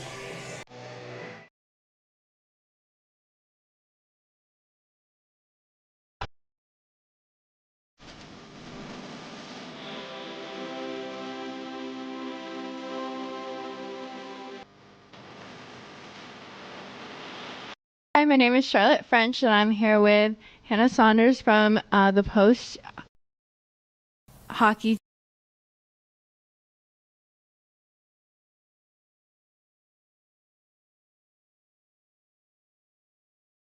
Hi, my name is Charlotte French, and I'm here with Hannah Saunders from the Post Hockey team, their goalie. And we're talking about today her experience with playing on Team Lebanon's national ice hockey team and ball hockey team. Let's talk about a little bit about your experience with Team Lebanon. Like, how did you end up playing for them, and how was your experience with that? Well, I got recruited, I think, in like 2018. It's been kind of a bit. It was kind of word of mouth because the program was quite new. They had like a men's team for quite a bit, I want to say, and they were just developing this new women's program. And one of my friends that I had previously played on just like a juniors team with, she was also Lebanese, and so she kind of reached out to me, hey, I think they're looking for girls, and they obviously needed a goalie, so they kind of reached out, and that's kind of how it all started. It was very, very new. So it was kind of cool to be part of like the opening process and seeing where like it's been going and like how it's been doing so far. And yeah, like ever since it started, we've been doing a couple of different like tournaments. We went to France, I think in like before COVID, so maybe like before early 2020. And we played against like the France national U18 team, and that was actually really cool. It's a great experience. It's overall just a great opportunity. I mean, I'm seeing where it takes me. It's in the works still, and we've had a change in coaching staff, and it's been going well. Awesome. Talk to me a little bit more about how it's been playing for a growing program. What do you think that you've brought to the team in order to grow that Yeah, sport? I mean, it's similar to what I'm kind of experiencing, I'd say, here at Post, because this is also relatively new of a program. It's just such a privilege to be able to like surround yourself with girls who are so motivated to make some change, especially to represent my Lebanese roots. So I'm half Lebanese. My mom is from Lebanon, so that's how I obviously got approval to play. And it's been, again, it's just such an honor, really, to be able to represent it, to play globally and see where it takes me around the world. And Second period intermission here at the Sports Center of Connecticut in Shelton, Connecticut. The Eagles lead the Ravens 2-1. As we do in the second intermission of every home game, we'll go around the NE10 here, and that's brought to you by Post University, ranked number 6 by U.S. News and World Report, is having the best online programs for 2024. Take your opportunity because Post is personal. For more information on all of Post degree programs, to visit campus or to apply, go to post.edu. That's post.edu. Eagle fans, are you ready to update your closet and represent your Eagle fandom wherever you are, every day, every way, and everywhere? Whether you're walking around on campus, rocking in the nest, strolling the neighborhood on vacation, or even out with that special someone. And don't forget, Valentine's Day is right around the corner. It's time to show your school pride. Go to posteagles.com, click on the fans section on the right-hand side, then click on School Store to get your Post University Eagle gear. Use the code SPRINT15 between now and Sunday, January 22nd at checkout to receive $15 off your order of $75 or more. Exclusions do apply. That's code SPRINT1515, and it expires on Sunday, January 26th. You can also visit the campus store in the Lever Student Center on campus. They're open Monday through Thursday, 9 a.m. to 4 p.m. Around the NE10 for Week 9, the NE10 Player of the Week is Hunter Brackett from St. A's, the senior forward from Fort Lauderdale, Florida. Brackett led the Hawks to a pair of NE10 wins against Franklin Pierce over the weekend with 6 points. He had 5 goals and an assist. He scored twice and had the assist in the 7-3 win over the Ravens on Friday. He followed that up with his first career hat trick in a 10-2 win on Saturday. He now leads the team in the NE10 with 13 goals this season. He also leads the team in second in points with 23. NE10 goaltender of the week is Colin Burke from Southern New Hampshire, who we'll see this weekend, a sophomore out of Crofton, Maryland. Burke was in goal for the weekend sweep of Assumption, allowing 2 goals to the Greyhounds. His 4th shutout of the season came in Friday's 2-0 win, and he made 31 saves in Saturday's 3-2 overtime win. Burke also started against 12th-ranked Cortland out of Division III last Wednesday, making 34 saves. He finished the week with a 1.68 goals against average and a .951 save percentage. As we mentioned, the NE10 Rookie of the Week is Aiden Kennedy, the freshman defender out of Schaumburg, Illinois. Kennedy has extended his point streak to 4 straight games before Saturday's shutout in the Eagles' 2-1-0 week.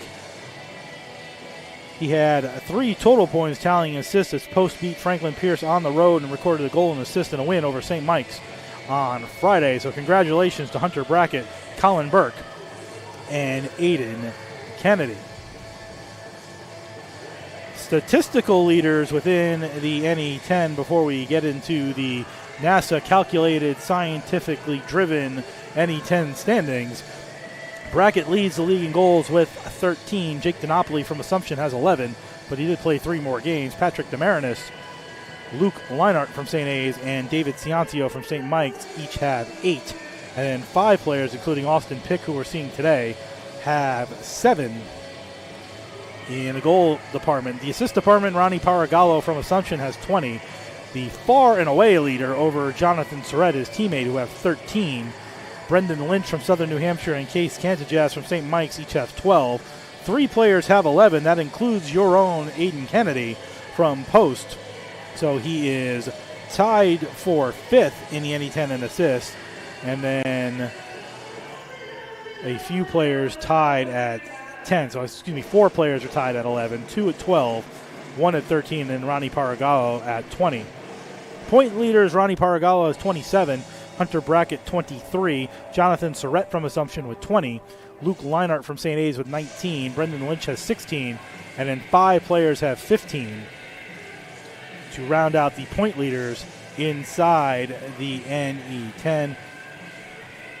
Face-off winning percentage, Joe Santoro still 3rd in the NE10 in overall wins with 200. He's 3rd with 236 face-off wins on the season.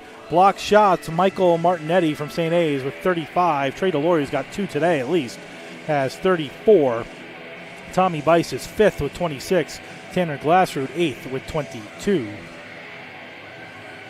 On the penalty minute side, Joe Santoro for the Eagles leading the way by a healthy margin over David Ciancio. Santoro now has 60 penalty minutes on the season.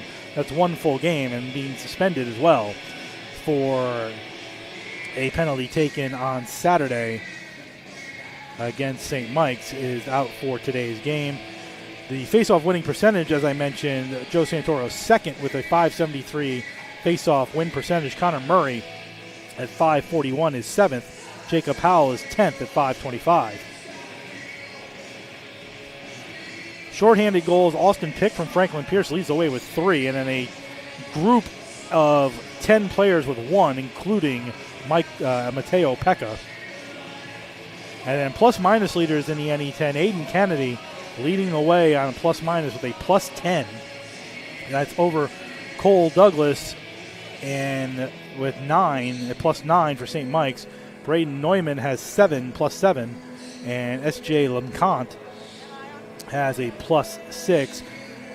Owen Rieger +5, and Connor McCowell also a +5. That's coming into today's game for the Eagles. So congratulations to Aiden Kennedy, who leads the NE10 in plus-minus. On the goaltending side, Ben Cunine is third in goals against average with 2.43. Leads the league far and away in saves per game with 38.13. Leads in save percentage with a .940 as well. So Ben Cunine doing everything he can to be goaltender of the year within the NE10. Now the fun part of the afternoon, which is our look at the NE10 conference standings, brought to you by NASA, who's had to calculate all this stuff and put it into a spreadsheet because you can't print it off the website. In first place in the NE10 is St. A's. They have 26 points. They've played 12 conference games. They're 8-3-1 overall, 0-1 in overtime, and they're 9-7-2 overall. So this is where the fun begins. Southern New Hampshire, 21 points, 12 conference games played, 7-4-1, 1-0 in overtime, 8-9-1 overall. Assumption, 21 points, tied for second, 7-5-0 in conference, 12 conference games played, 1-1 in overtime, 10-11-0 overall. St. Mike's has 20 points, 12 conference games played, 7-5-0 overall, 1-0 in overtime, 8-9-2 overall. The Eagles, 11 conference games played, 16 points, 5-6-0 overall. So this is a game 12. This is the game in hand. 0-1 in overtime, 7-10-0 overall. And Franklin Pierce 0-11 in conference. This is their game in hand. 0-0 in overtime, 0-17-1 overall. That's your NE10 conference standings brought to you by NASA and every scientist who helped me create this spreadsheet. We'll come back with a recap of the second period, as that is our second period intermission here at the Sports Center of Connecticut. We'll be back in 2 minutes. You're listening and watching the Post University Hockey on the CACC Network and youtube.com/GoPostEagles.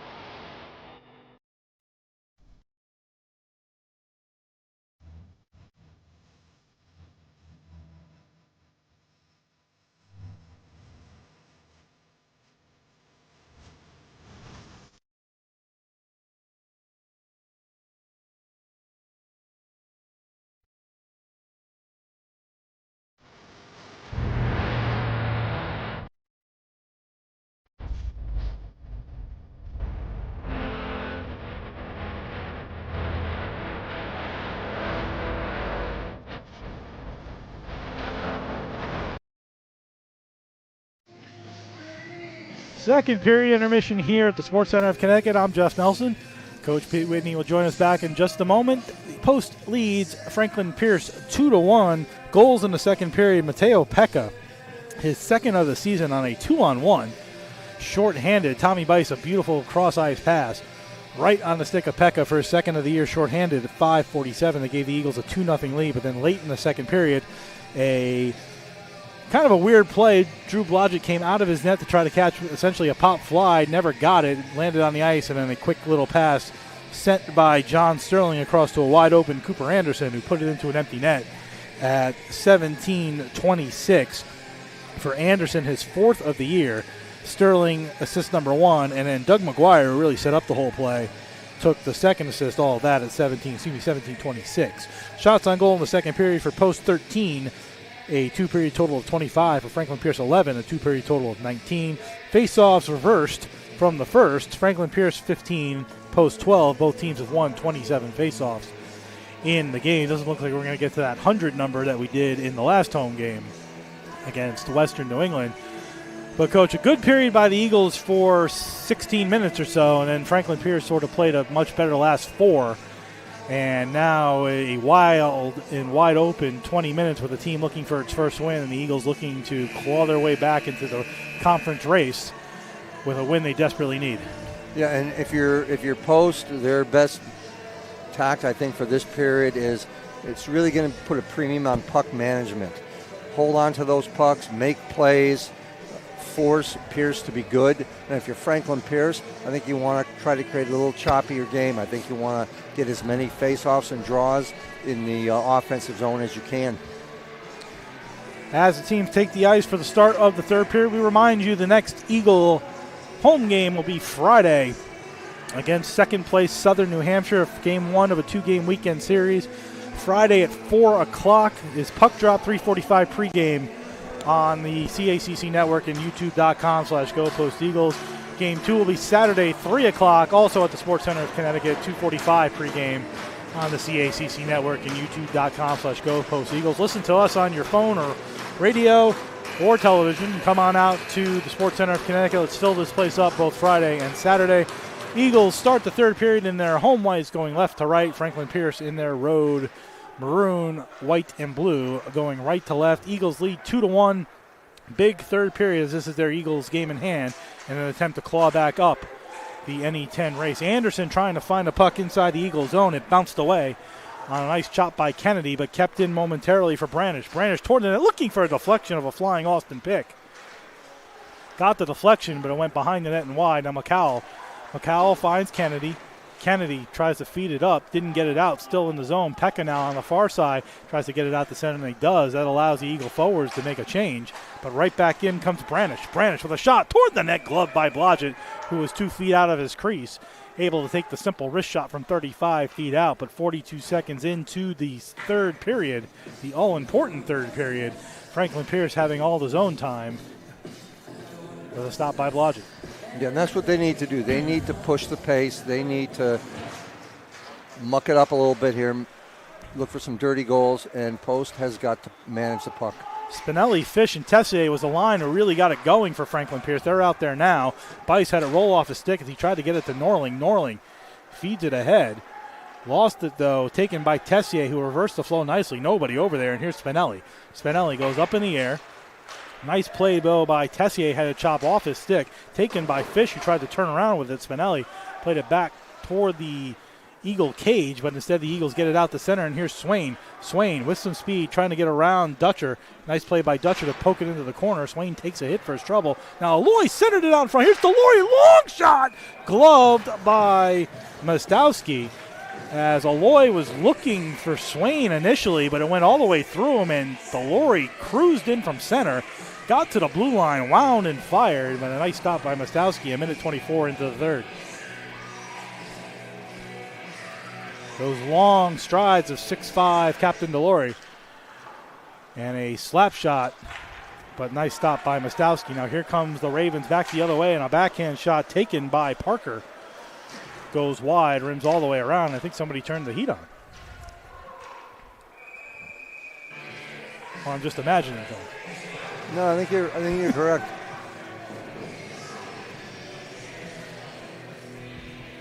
Either way, an icing by Franklin Pierce and icing by the Eagles, excuse me. So face off inside the Eagles zone. Franklin Pierce with another offensive opportunity. Matthew Frett out there against Connor Murray.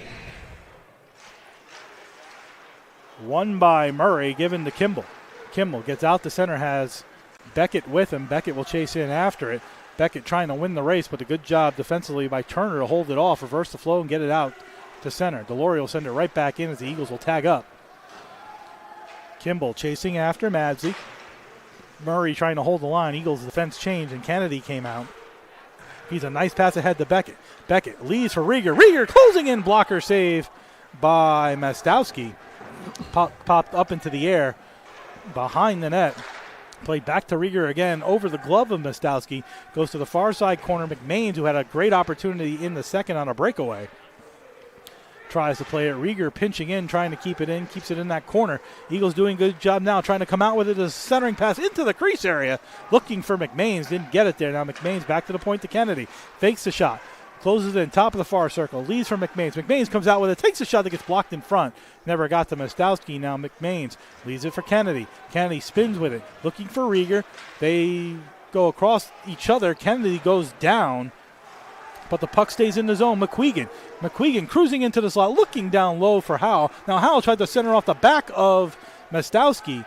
It went off his body, but behind the net, and then the puck gets sent all the way out the center and down. This should be an icing, and it is. So all those Ravens will have to stay on the ice. Good shift by the McMains, Howell, and McQuegan line. Kennedy and Rieger as well doing a good job on the defensive side, creating opportunities. Yeah, and good patience there by Post there with the puck, Jeff. Just take it, move it around a little bit, kind of a little redirect, come back from where it came from. As you get the flow to go by, it creates a shooting lane. O'Connell rimmed it around the boards. Bice kept it in momentarily, but now a breakout here by Ursillo. Ursillo carries it in on left wing, but a good chop by O'Connell to take the puck off the stick.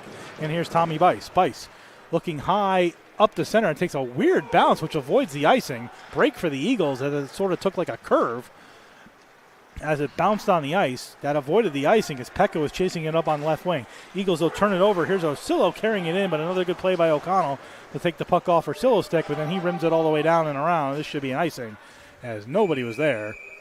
And McGuire will go back to touch. Just briefly on Kennedy and Rieger, as I know, Coach, you stepped away during the intermission. Kennedy leading the NE10 in plus minus at plus 10 right now. Rieger plus 6 is fourth. Yeah, those are great numbers. I mean, those for are two freshmen. Yeah, those are impressive numbers, especially when you weave in the fact, like you're saying, that they're freshmen. Face-off won by the Eagles. McCowell, good job there. He's currently, as we mentioned, 8th in the NE10 in face-off win percentage. Back comes Anderson, though, the other way. Anderson, a bad angle shot that goes wide. All the way around, kept in by Branish. Branish tries to get it behind the net. He does. Anderson being checked by Delory, who's got 6 inches on him. Actually, more than that, close to 10 inches, 6'5" and 5'7". Pekka tries to get it out of the zone. Can't do it. Good play by the Ravens to keep it in. Now Delory will start behind his own net again. Goes to that dangerous Zamboni corner. The Bice lost the puck, though. Give it in front to Anderson. Anderson gives it back to Sterling. Sterling toward the net. Through a screen. It gets bobbled in front and then kept in, though, by Sterling at the line. Eagles can't get it out. Branish dumps it behind the net to Pick. Pick goes to that Zamboni corner. Looks back to Branish. Branish with a shot toward the net. Glove by Blodgett, who had a clear lane of sight. Sterling frustrated, trying to get at, looks like McCowell, but Sterling's 5'8", 150, and Delory is a lot bigger, so he's not going to get around Delory unless he uses that stick as a weapon. And the official holds off Sterling. Yeah, I mean, both teams, like right now, you don't want penalties. You got a good game, you got a 2-1 game. You don't want to lose your cool and end up in the box when you don't need to. Swain and Fish in the draw, this Fish, Spinelli, Tessier line out again, who again really turned the tide there late in the second period. Norling chips it off the glass into the Raven zone. Aloy will chase after it, tries to take Dutcher out. He did push Dutcher away from the puck. Eagles trying to get control inside the Raven zone. It pops free to center where Aloy will go across the ice to Kennedy, right back out with Rieger. Kennedy feeds it up the wall. Didn't get it through center, and Spinelli will dump it right back in. Kennedy plays with it on the other side, tries to chip it up the wall to Rieger. Gets past Rieger, though, onto Fish's stick. Fish on the half wall. Sends it into the near corner, across the ice, but nobody there as it went through the crease. Aloy tries to chop it. Instead, it went up in the air and into the netting. With 5:11 gone in the third, Eagles still lead 2-1.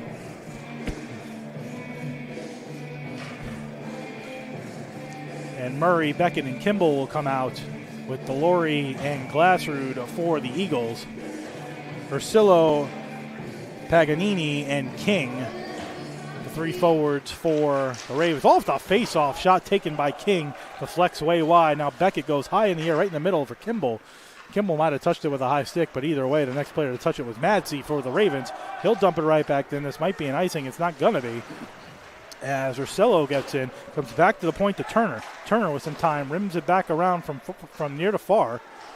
Finds King.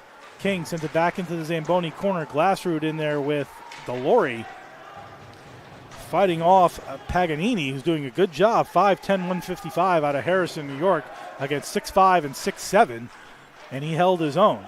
Good job by Delory to get it to Kimball. He sends it right in the middle of the ice off of Beckett's stick and sent right back in by the Ravens, who will change behind the play. Eagles will change as well.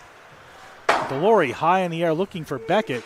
Beckett and Branish collide at center, but the puck goes all the way into the Ravens zone, and the Eagles will finish up the line change. King gets to O'Connell at center. O'Connell tries to give it to Kimball. Kimball at the red line dumps it in. He'll finish the change. McMains will chase after it, so will Howell. As McGuire reverses the flow inside his own zone and takes a bad hop in front, looking for Aloy, and it bounced away from him. Excuse me, that was McQuegan. And back come the Ravens the other way. Philip Parker dumps it in. O'Connell gets there, reverses the flow. McMains tries to get there first. McMains tries to chip it up the wall, ends up on Tommy Bice's stick. Gets it to McQuegan, who finds Howell. And here's a 2-on-1 if they hurry. Howell in over the line with McMains. Howell waits, holds, shoots right on rebound. McQuegan has an opportunity, and Mostowski went from the near post to the far post to make that save. With 6:45 gone in the third, still 2-1, and Mostowski keeping the Ravens in this game. Yeah, he's playing well, and good composure by post to make plays. That's what they need to do. You have that skill, you have that ability, but it's not any good unless you're actually using it to make plays, and right now they're doing that. Anderson and McCowell in the draw to the right of Mostowski. McCowell back to Rieger to Kennedy. One-timer from the middle slot area. Middle point area, rather, and Kennedy's shot gets deflected wide. Sent up the wall, but good job by the Eagles to keep it from going anywhere. Pekka turns, fires toward the net. Mostowski makes another save, though he had a clean line of sight on that one. Rieger fanned on his pass across from point to point, looking for Kennedy. He'll pick it up back at center, though, and he'll come in up on left wing. Rieger in over the line, trying to go around the defense, looking to center. He gets behind the net. Did center it in front for McDevitt, who had an opportunity, but it rolled off his stick. Anderson got it sticking there as well to prevent a second try, and the puck brought back out by the Ravens. Sterling carries it in over the line, avoids the hit from Rieger. Kennedy tries to spin away with it. Sterling behind the net has Pick in front. Anderson behind the net with him. 4 players behind that net. Sterling instead goes back to the point. Long shot from the point gets blocked by McDevitt. Chipped up the wall again, and McDevitt chips it out to center. Both teams with some opportunities there. Dutcher in his own zone looking across. Nobody there except Delory, and Delory will rim it right back in as the line change finishes. Doesn't go around the boards, though, just sort of dives behind the net. That allows Murray to get there for the Eagles. Murray comes out the near side, spins in the near corner, goes behind the net, looking in front for Kimball. Now back to Glassrud on left point. Glassrud sends it down low, takes a return pass, one-timer shot, heavy shot, stopped right on by Mostowski. Then chipped over the net and off the glass and sent out to center. Boy, when he winds up, back the other way comes Kimball. Kimball closing in with a shot. Big save by Mostowski again, who got the glove and right pad on it. Sort of simultaneously. It ends up in the glove with 8:23 to go in the third. Good turn back by the Eagles, but when Glassrud winds up, it's almost like that Mighty Ducks play where everybody goes diving. But a heavy shot stopped by Mostowski. Well, that's where there's an advantage, if you will, Mostowski being a reverse goalie, because that thing was right over the pad exactly where it had to be. And if that was the more traditional blocker side, it would have been a much more difficult save. His glove was there. It was a nice job by him. Penalty on the play. A big hit by McQuegan. Not sure what the penalty was. Unless they're going to call interference. Looked like a clean hit to me. See what he's got. At 8:34.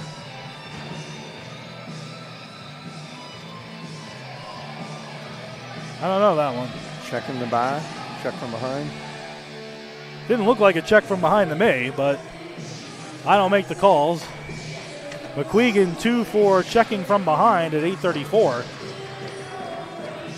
And that sends the Ravens to their second man advantage. They are 0 for 1 and gave up a shorthanded goal to this man, Mateo Pekka.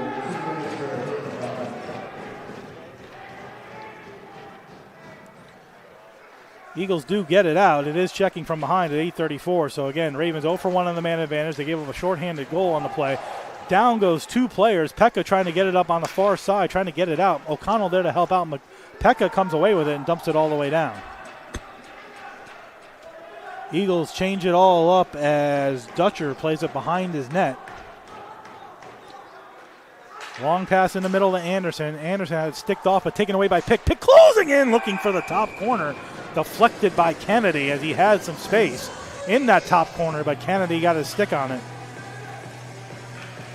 And deflected it into the netting with 1:21 to go and the man advantage. 9:13 gone in the third. 2-1 Eagles.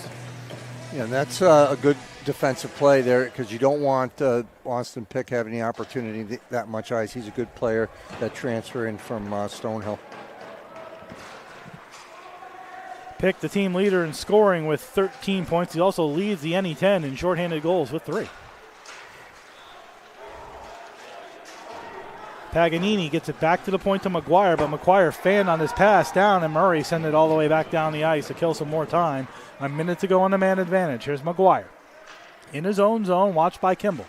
McGuire feeds it up on right wing to Orsillo. Orsillo tried to go in the middle of the ice. It got deflected off. Now Murray chasing after it, looking for an offensive opportunity. Gives it back to Kimball, send it all the way back to the Ravens zone.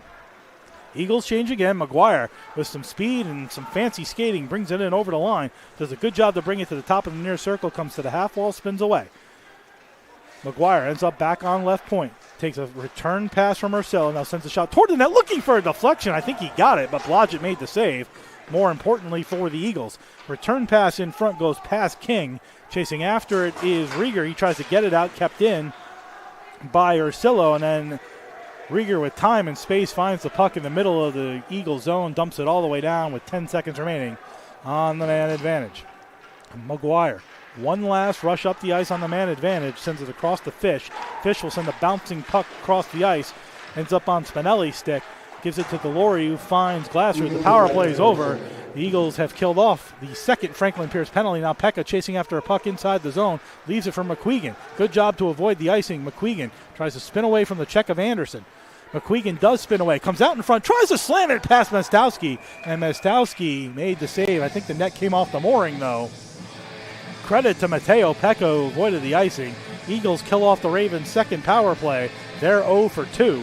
And with 9:09 to go in regulation time, this game's still 2-1 as the Eagles lead the Ravens here in the third period.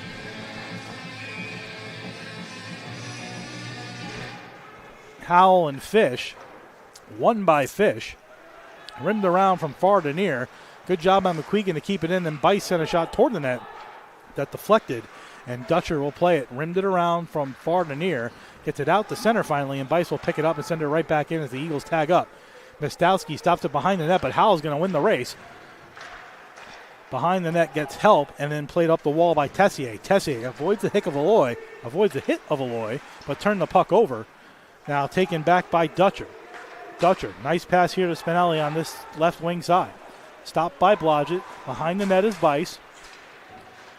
Bice had to go off the stick. Howell double checked, looking for a call as he's on his hands and knees trying to get up. Eagles shorthanded for a moment, then a flying shot that's taken wide. See who that was. A high stick, touched by a high stick, so no penalty. Howell trying to get off the ice, struggling to, and then a turnover, but Spinelli couldn't pick up the puck, and then sort of slew-footed down was Norling dangerously by Spinelli. He's going over to the referee, frustrated. Yeah, that's not a penalty you want to take in the offensive zone, and big opportunity here now for the Eagles. Looked like a bit of a slew foot more than anything else. Yeah, they're talking about it now. See what they're going to call, I guess.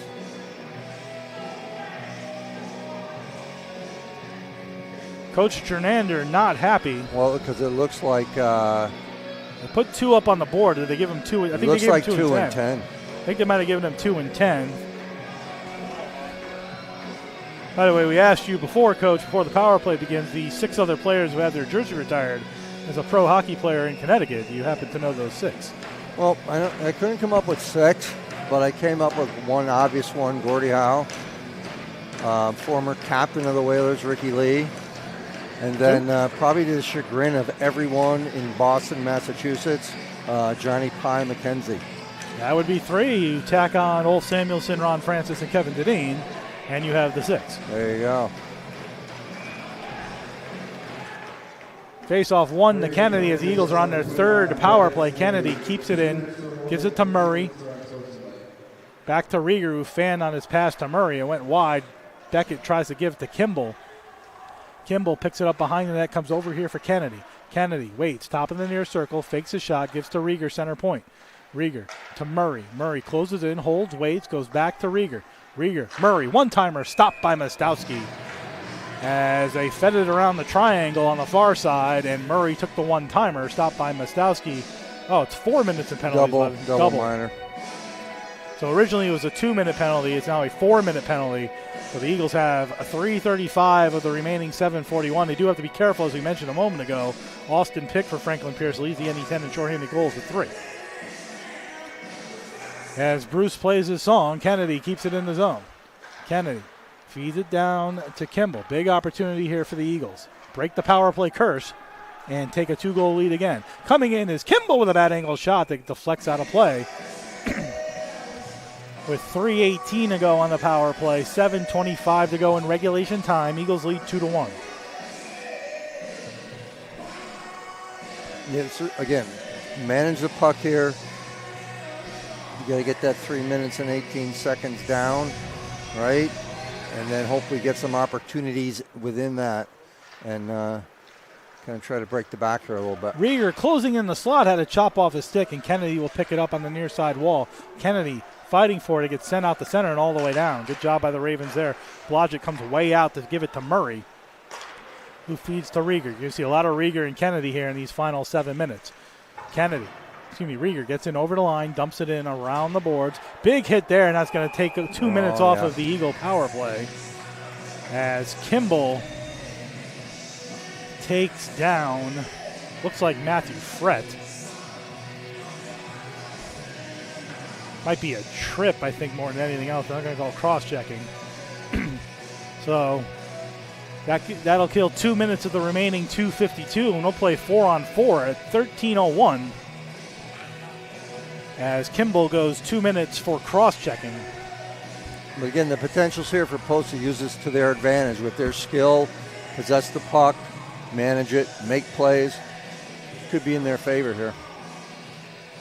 These games are nothing if not boring. I mean, there's no boringness to any of these games. Let me say that. No, you never know. You never know what's going to happen.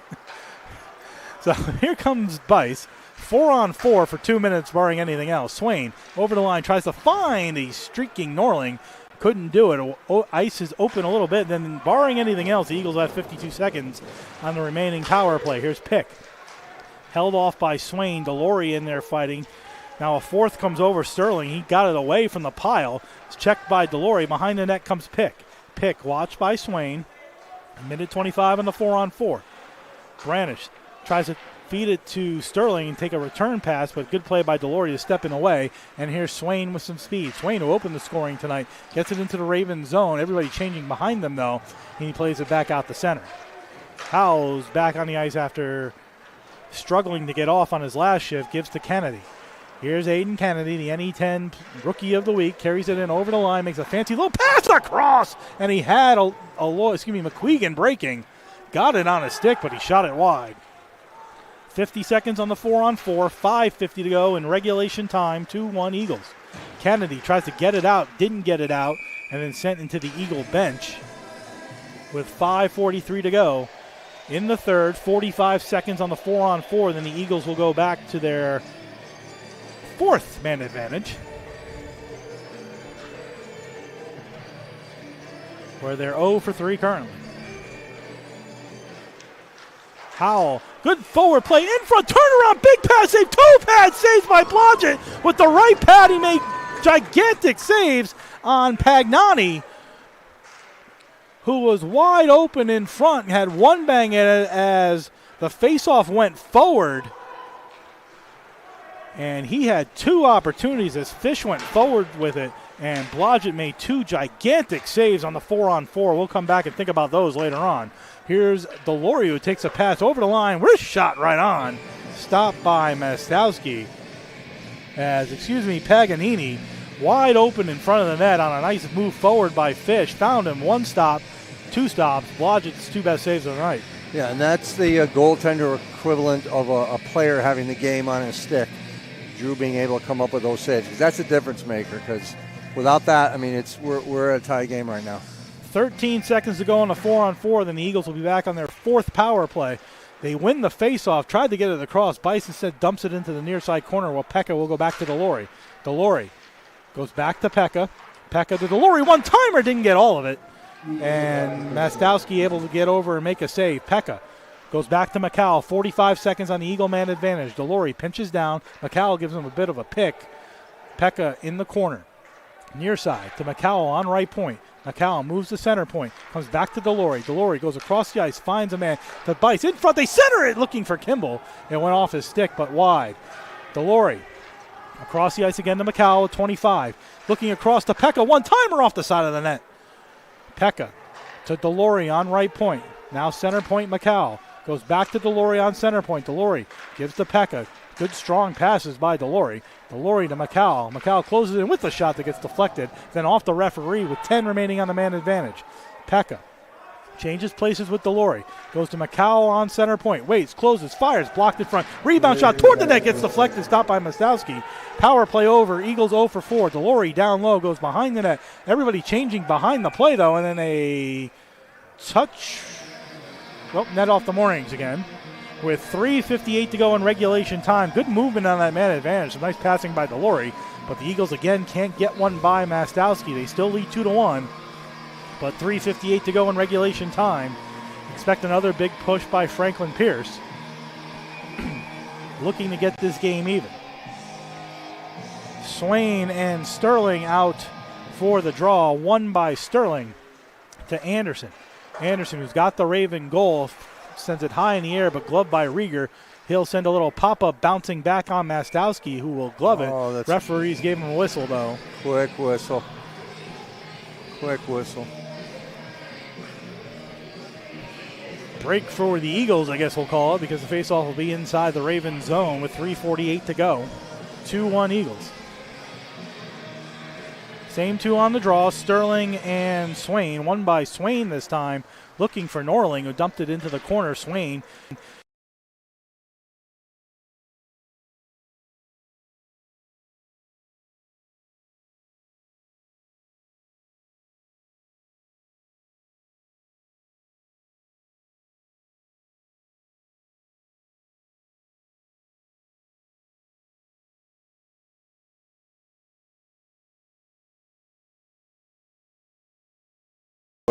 Put into practice what you learned in practice, I guess.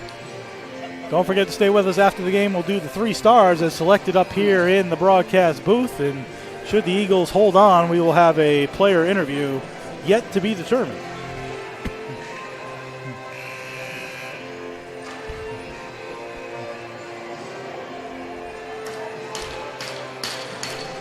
Mastowski pulled, so 6 attackers for Franklin Pierce. McCowell, Pekka, McDevitt, Kennedy, and Rieger, the Eagle 5.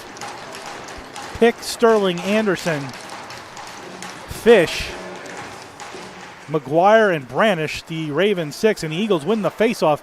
Pekka gets it out the center. McGuire inside his own zone with 90 seconds. Gave it away to Pekka, who turns, fires, scores! Pekka took the loose puck just outside the blue line, spun and fired at 18:27, and the Eagles have a 3-1 lead on Pekka's second of the game, third of the season, an empty net goal, and that'll be unassisted, and that gives the Eagles some breathing room with 93 seconds to go in regulation time. Yeah, and again, it's so nice seeing a guy like Pekka who works so hard rewarded, and sort of the unsung heroes, if you will, in the last two games against this team. Branish inside the zone, 3-1 Eagles now. Puck deep inside the zone. There goes Mastowski again. Rieger behind his own net, so 6 attackers for the Ravens again. 3-1 on the Pekka unassisted goal at 18:27. Out comes Rieger. Rieger trying to get away from the defense, gets it out of the zone, trying to get the center before dumping it in. Sticks it ahead. McDevitt out there trying to play with it. Couldn't find it. And back the other way comes Paganini.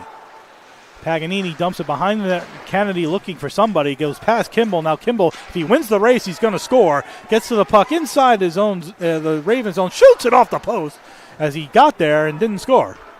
Bad case of predicting on my part, as he had an angle but couldn't get there in time and hit the post. 33 seconds remaining in regulation time. Puck dumped back in. 3-1 Eagles. Behind the net, puck bouncing toward the front of the net. A bit of a rugby scrum right in front of Blodgett, and the puck sent all the way down by Kimball is rolling toward the empty net, and it's wide and an icing. With 16 seconds to go in the third, Eagles lead 3-1. It looks like they're going to get this win in regulation. And oh boy, what a weekend series this is going to be. Maybe one of the biggest weekend series this program has ever had coming up. Home games against the team in second place that they're going to trail by 2 points. Murray on the draw to the left of Blodgett, who has been good and made 2 big saves about 4 minutes ago that really are the saves of the game. Glassrud slides on the ice, tackles 4 people out as they go sliding. Puck on the half wall just being stuck there in Kimball's leg. 3, 2, and 1, and a gigantic win for the Eagles this afternoon here at the Sports Center of Connecticut, as they did exactly what they had to do. It was not pretty. As a little bit of extracurriculars after the game. It was not pretty. And at times we joke that sometimes they make things a little bit more challenging than they need to be. But they came away with a gigantic 3-1 win today. The win moves them to 6-6 in the NE10. 19 points. That's 1 behind 4th place St. Mike's, and 2 behind second place Southern New Hampshire and Assumption. They move to 8-10 overall. 2 big games this weekend against Southern New Hampshire here. 4 o'clock Friday, 3 o'clock Saturday, both on the CACC network and youtube.com/GoPostEagles. The only goal of the third, the empty netter by Mateo Pekka, his third unassisted at 18:27. Coach, wasn't pretty, but they got it done in 3 big points. Yeah, no, I mean, absolutely. Again, when you look at records, right, good teams need to beat the teams that are in that position. So they did a great job with that, right? Like, just kind of not spectacular by any means, but some of the positives were a limited amount of time in the box, special teams coming up huge, the game winner, Mateo Pekka, right, special teams, and then Drew Blodgett making those saves. You know, goaltenders make those regular saves, right, but you need goaltenders that can make those outstanding saves. And Post is fortunate to have goaltenders that can do just that. So in my own head, before he scored his second goal, I was looking to have Mateo Pekka as our guest. And once they finish up what they're going to do inside the room, we will have Mateo Pekka as our guest. That's great. It's perfect. So every once in a while you get one right. In this case, I felt good about that choice. So Mateo Pekka, our guest today, and let's recap the scoring for you this afternoon before we do the 3 stars. Scotty Swain opened the scoring today on a nice play by Parker Norling and Trey Delory. Delory took a hit for his trouble, but found Swain. He cruised in on the right wing, made a little move, and took a little wrist shot that got past Mastowski at 17:24 of the first period. And that's how we ended. Shots were 12-8 in the first in favor of Post. Eagles took a 2-0 lead on Mateo Pekka, his second of the season, a shorthanded goal and a great play by Tommy Bice on a 2-on-1. Fed it across. Pekka put it in past Mastowski to give the Eagles a 2-0 lead at 5:47 of the second. Then, for the most part, teams played back and forth, but the Eagles really had the edge in play until about 4 minutes to go in the second period. Then a bad break where puck popped up in the air. Blodgett went to catch it. He never got it. It bounced on the ice, and a quick little centering pass by Sterling found Cooper Anderson wide open for his fourth of the year at 17:26 in a wide open net to make it 2-1. Franklin Pierce played those last 4 minutes like their hair were on fire, and then played the first 2 or 3 minutes of the third like their hair was on fire, and really peppered some opportunities toward Blodgett, who made the save. Then the teams played a little bit of back and forth as we went to the third. Shots in the second, by the way, 13-11. But Drew Blodgett with 2 gigantic saves with just over 5 minutes to go, robbing in front Mario Paganini, after a nice face-off win by Nick Fish. He did the old Nico Grolman, a forward, found Paganini in front. 1 save, 2 saves by Blodgett with the right pad, just the very tip of the end of the right pad right in front of us to keep the game 2-1. But then Mateo Pekka stole a puck with a minute 33 remaining in the third, right outside his own blue line, turned, fired into an empty net for his third of the season, second of the game. And that's where we ended up, 3-1 final. Franklin Pierce falls to 0-12 in the NE10, 0-18-1 overall, still looking for that first win in the Ken Jernander era. As I mentioned, the Eagles moved to 6-6 in conference, 19 points, now 1 point out of fourth, 2 points out of second with a gigantic weekend series, and moved to 8-10 overall. They are clawing their way back to 500 overall, Coach, as we await the final shots here in the third. But as they tease me with the piece of paper with the last shots on goal. But while they're doing that, and we'll get to the final shots in a minute, what are the 3 stars for today? So first star with 2 goals and difference maker with the game winner, as well as putting the nail in it at the end there, Mateo Pekka with the first star. And second star, actually, I gave to Riley Mastowski because I thought he played exceptional and kept his team in the game, gave him every opportunity to win. And the third star, Jeff, I have a little bit of a tie, and I'll tell you why. Is so Scotty Swain and Drew Blodgett are sharing that for me, and Scotty Swain realizing on that first goal, again, it's a goal scorer's goal. He realizes that we've got the reverse goaltender, and putting that puck up into the corner on the blocker side. If you hit that correctly, which he did, nearly impossible for that goaltender to get that arm up there in time to make that save. So really great shot selection and finish by him. And then difference maker, like I say, with about 4, maybe 5 minutes left in the game, Drew Blodgett coming up with 2 very, very big saves. If he does not make those saves, we're potentially sitting here calling overtime right now. So the 3 stars, the third star a tie, Scotty Swain a goal, and Drew Blodgett 25 saves. The second star, Riley Mastowski, the sophomore out of Jamestown, Pennsylvania, for Franklin Pierce. He had ended up with 37 saves. And the first star, Mateo Pekka, with 2 goals on the night, his second and third of the season. Shots on goal in the third, 14-7 Eagles, 39-26 overall. Face-offs very even all day, 13-12 Eagles in the third, 40-39 overall. Just as an aside to the 3 stars, Coach, can't say enough about Aiden Kennedy and where he continues to grow in his position. You can see the confidence that Coach Richter has both in and Rieger. Owen Rieger, as we mentioned, he leads the team in points. Does Kennedy 13, 2 goals, 11 assists. He leads in. I'm not sure what his plus minus was today. Let's see if they listed here. While I think about it, he was even today, so no plus or minus for him. But plus 10 leads the NE10 overall with plus 10. Rieger was a plus 1 today, so now he's plus 7. But Kennedy moving the puck, setting up the power. Everything looked better when he and Rieger were on the ice, but especially with some of his plays, just letting defensemen slide by him, taking shots, creating and continuing momentum. And the Eagles have a player there in Kennedy. It's somebody you hope they can keep after a freshman year with a play like he's got. Yeah, and I think in general what I've seen the last few games is, for the most part, the defensemen for Post just playing well and actually, honestly, playing playing defense. Another play that I thought was great was Ryan O'Connell. He really handled the puck very well today, and he did a very good job, just poised, making good defensive plays and good decisions.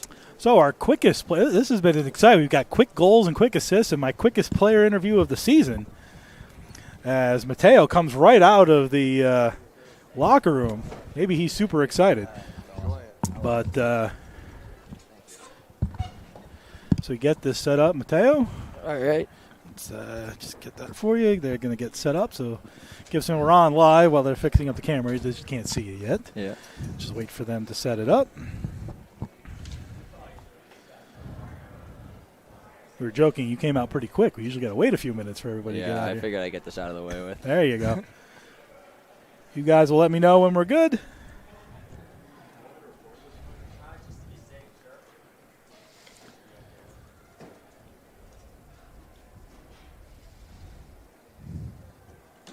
All right, we're good. We're here with Mateo Pekka, our game's first star.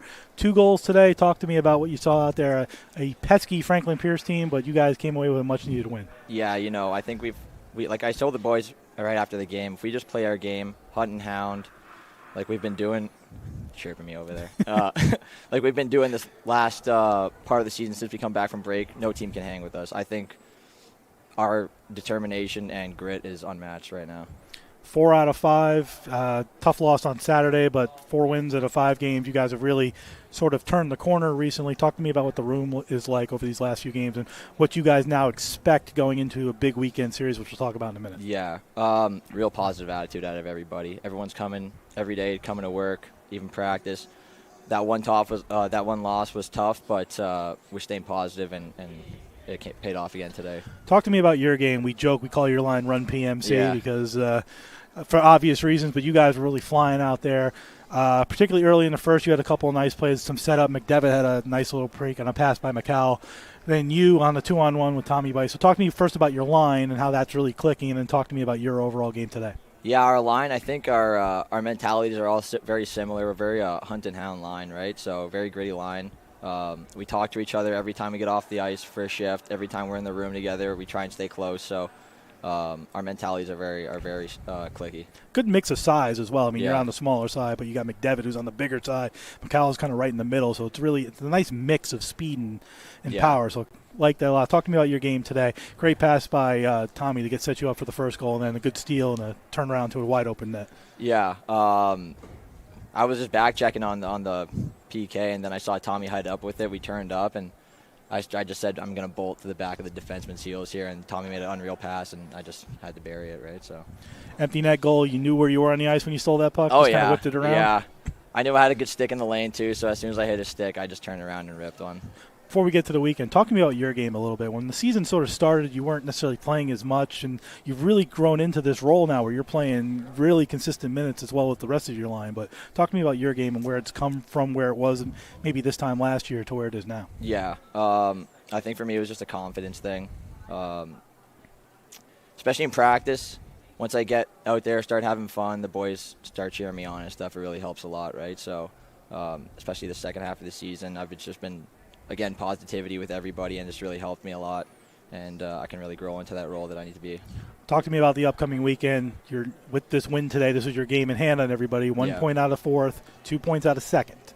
So Southern New Hampshire is one of those teams tied for second. Games have been tough against them up there earlier in the year. Now you have them here. What do you guys need to do against a team that oftentimes this program has struggled with? Yeah. We know how Southern New Hampshire plays. They're a really gritty team. They block a lot of shots. Our mentality right now, our saying is we need to be dogs. I think we just need to be dogs and do what we do best, and we'll come out with 6 points this weekend. Awesome. Mateo, congratulations. Thank First you. star, 2 goals today. Thank you. Next game will be Friday, 4 o'clock here at the Sports Center of Connecticut, 3:45 pregame on the CACC Network and YouTube.com/GoPostEagles. We will see you then. Final score, Eagles 3 and the Ravens 1. For Coach Pete Whitney, who don't know where he went, I'm Jeff Nelson. We'll see you on Friday at 3:45 for the pregame 4 o'clock puck drop on the NE10 Now Network, on the CACC Network and YouTube.com/GoPostEagles. Good night, everybody.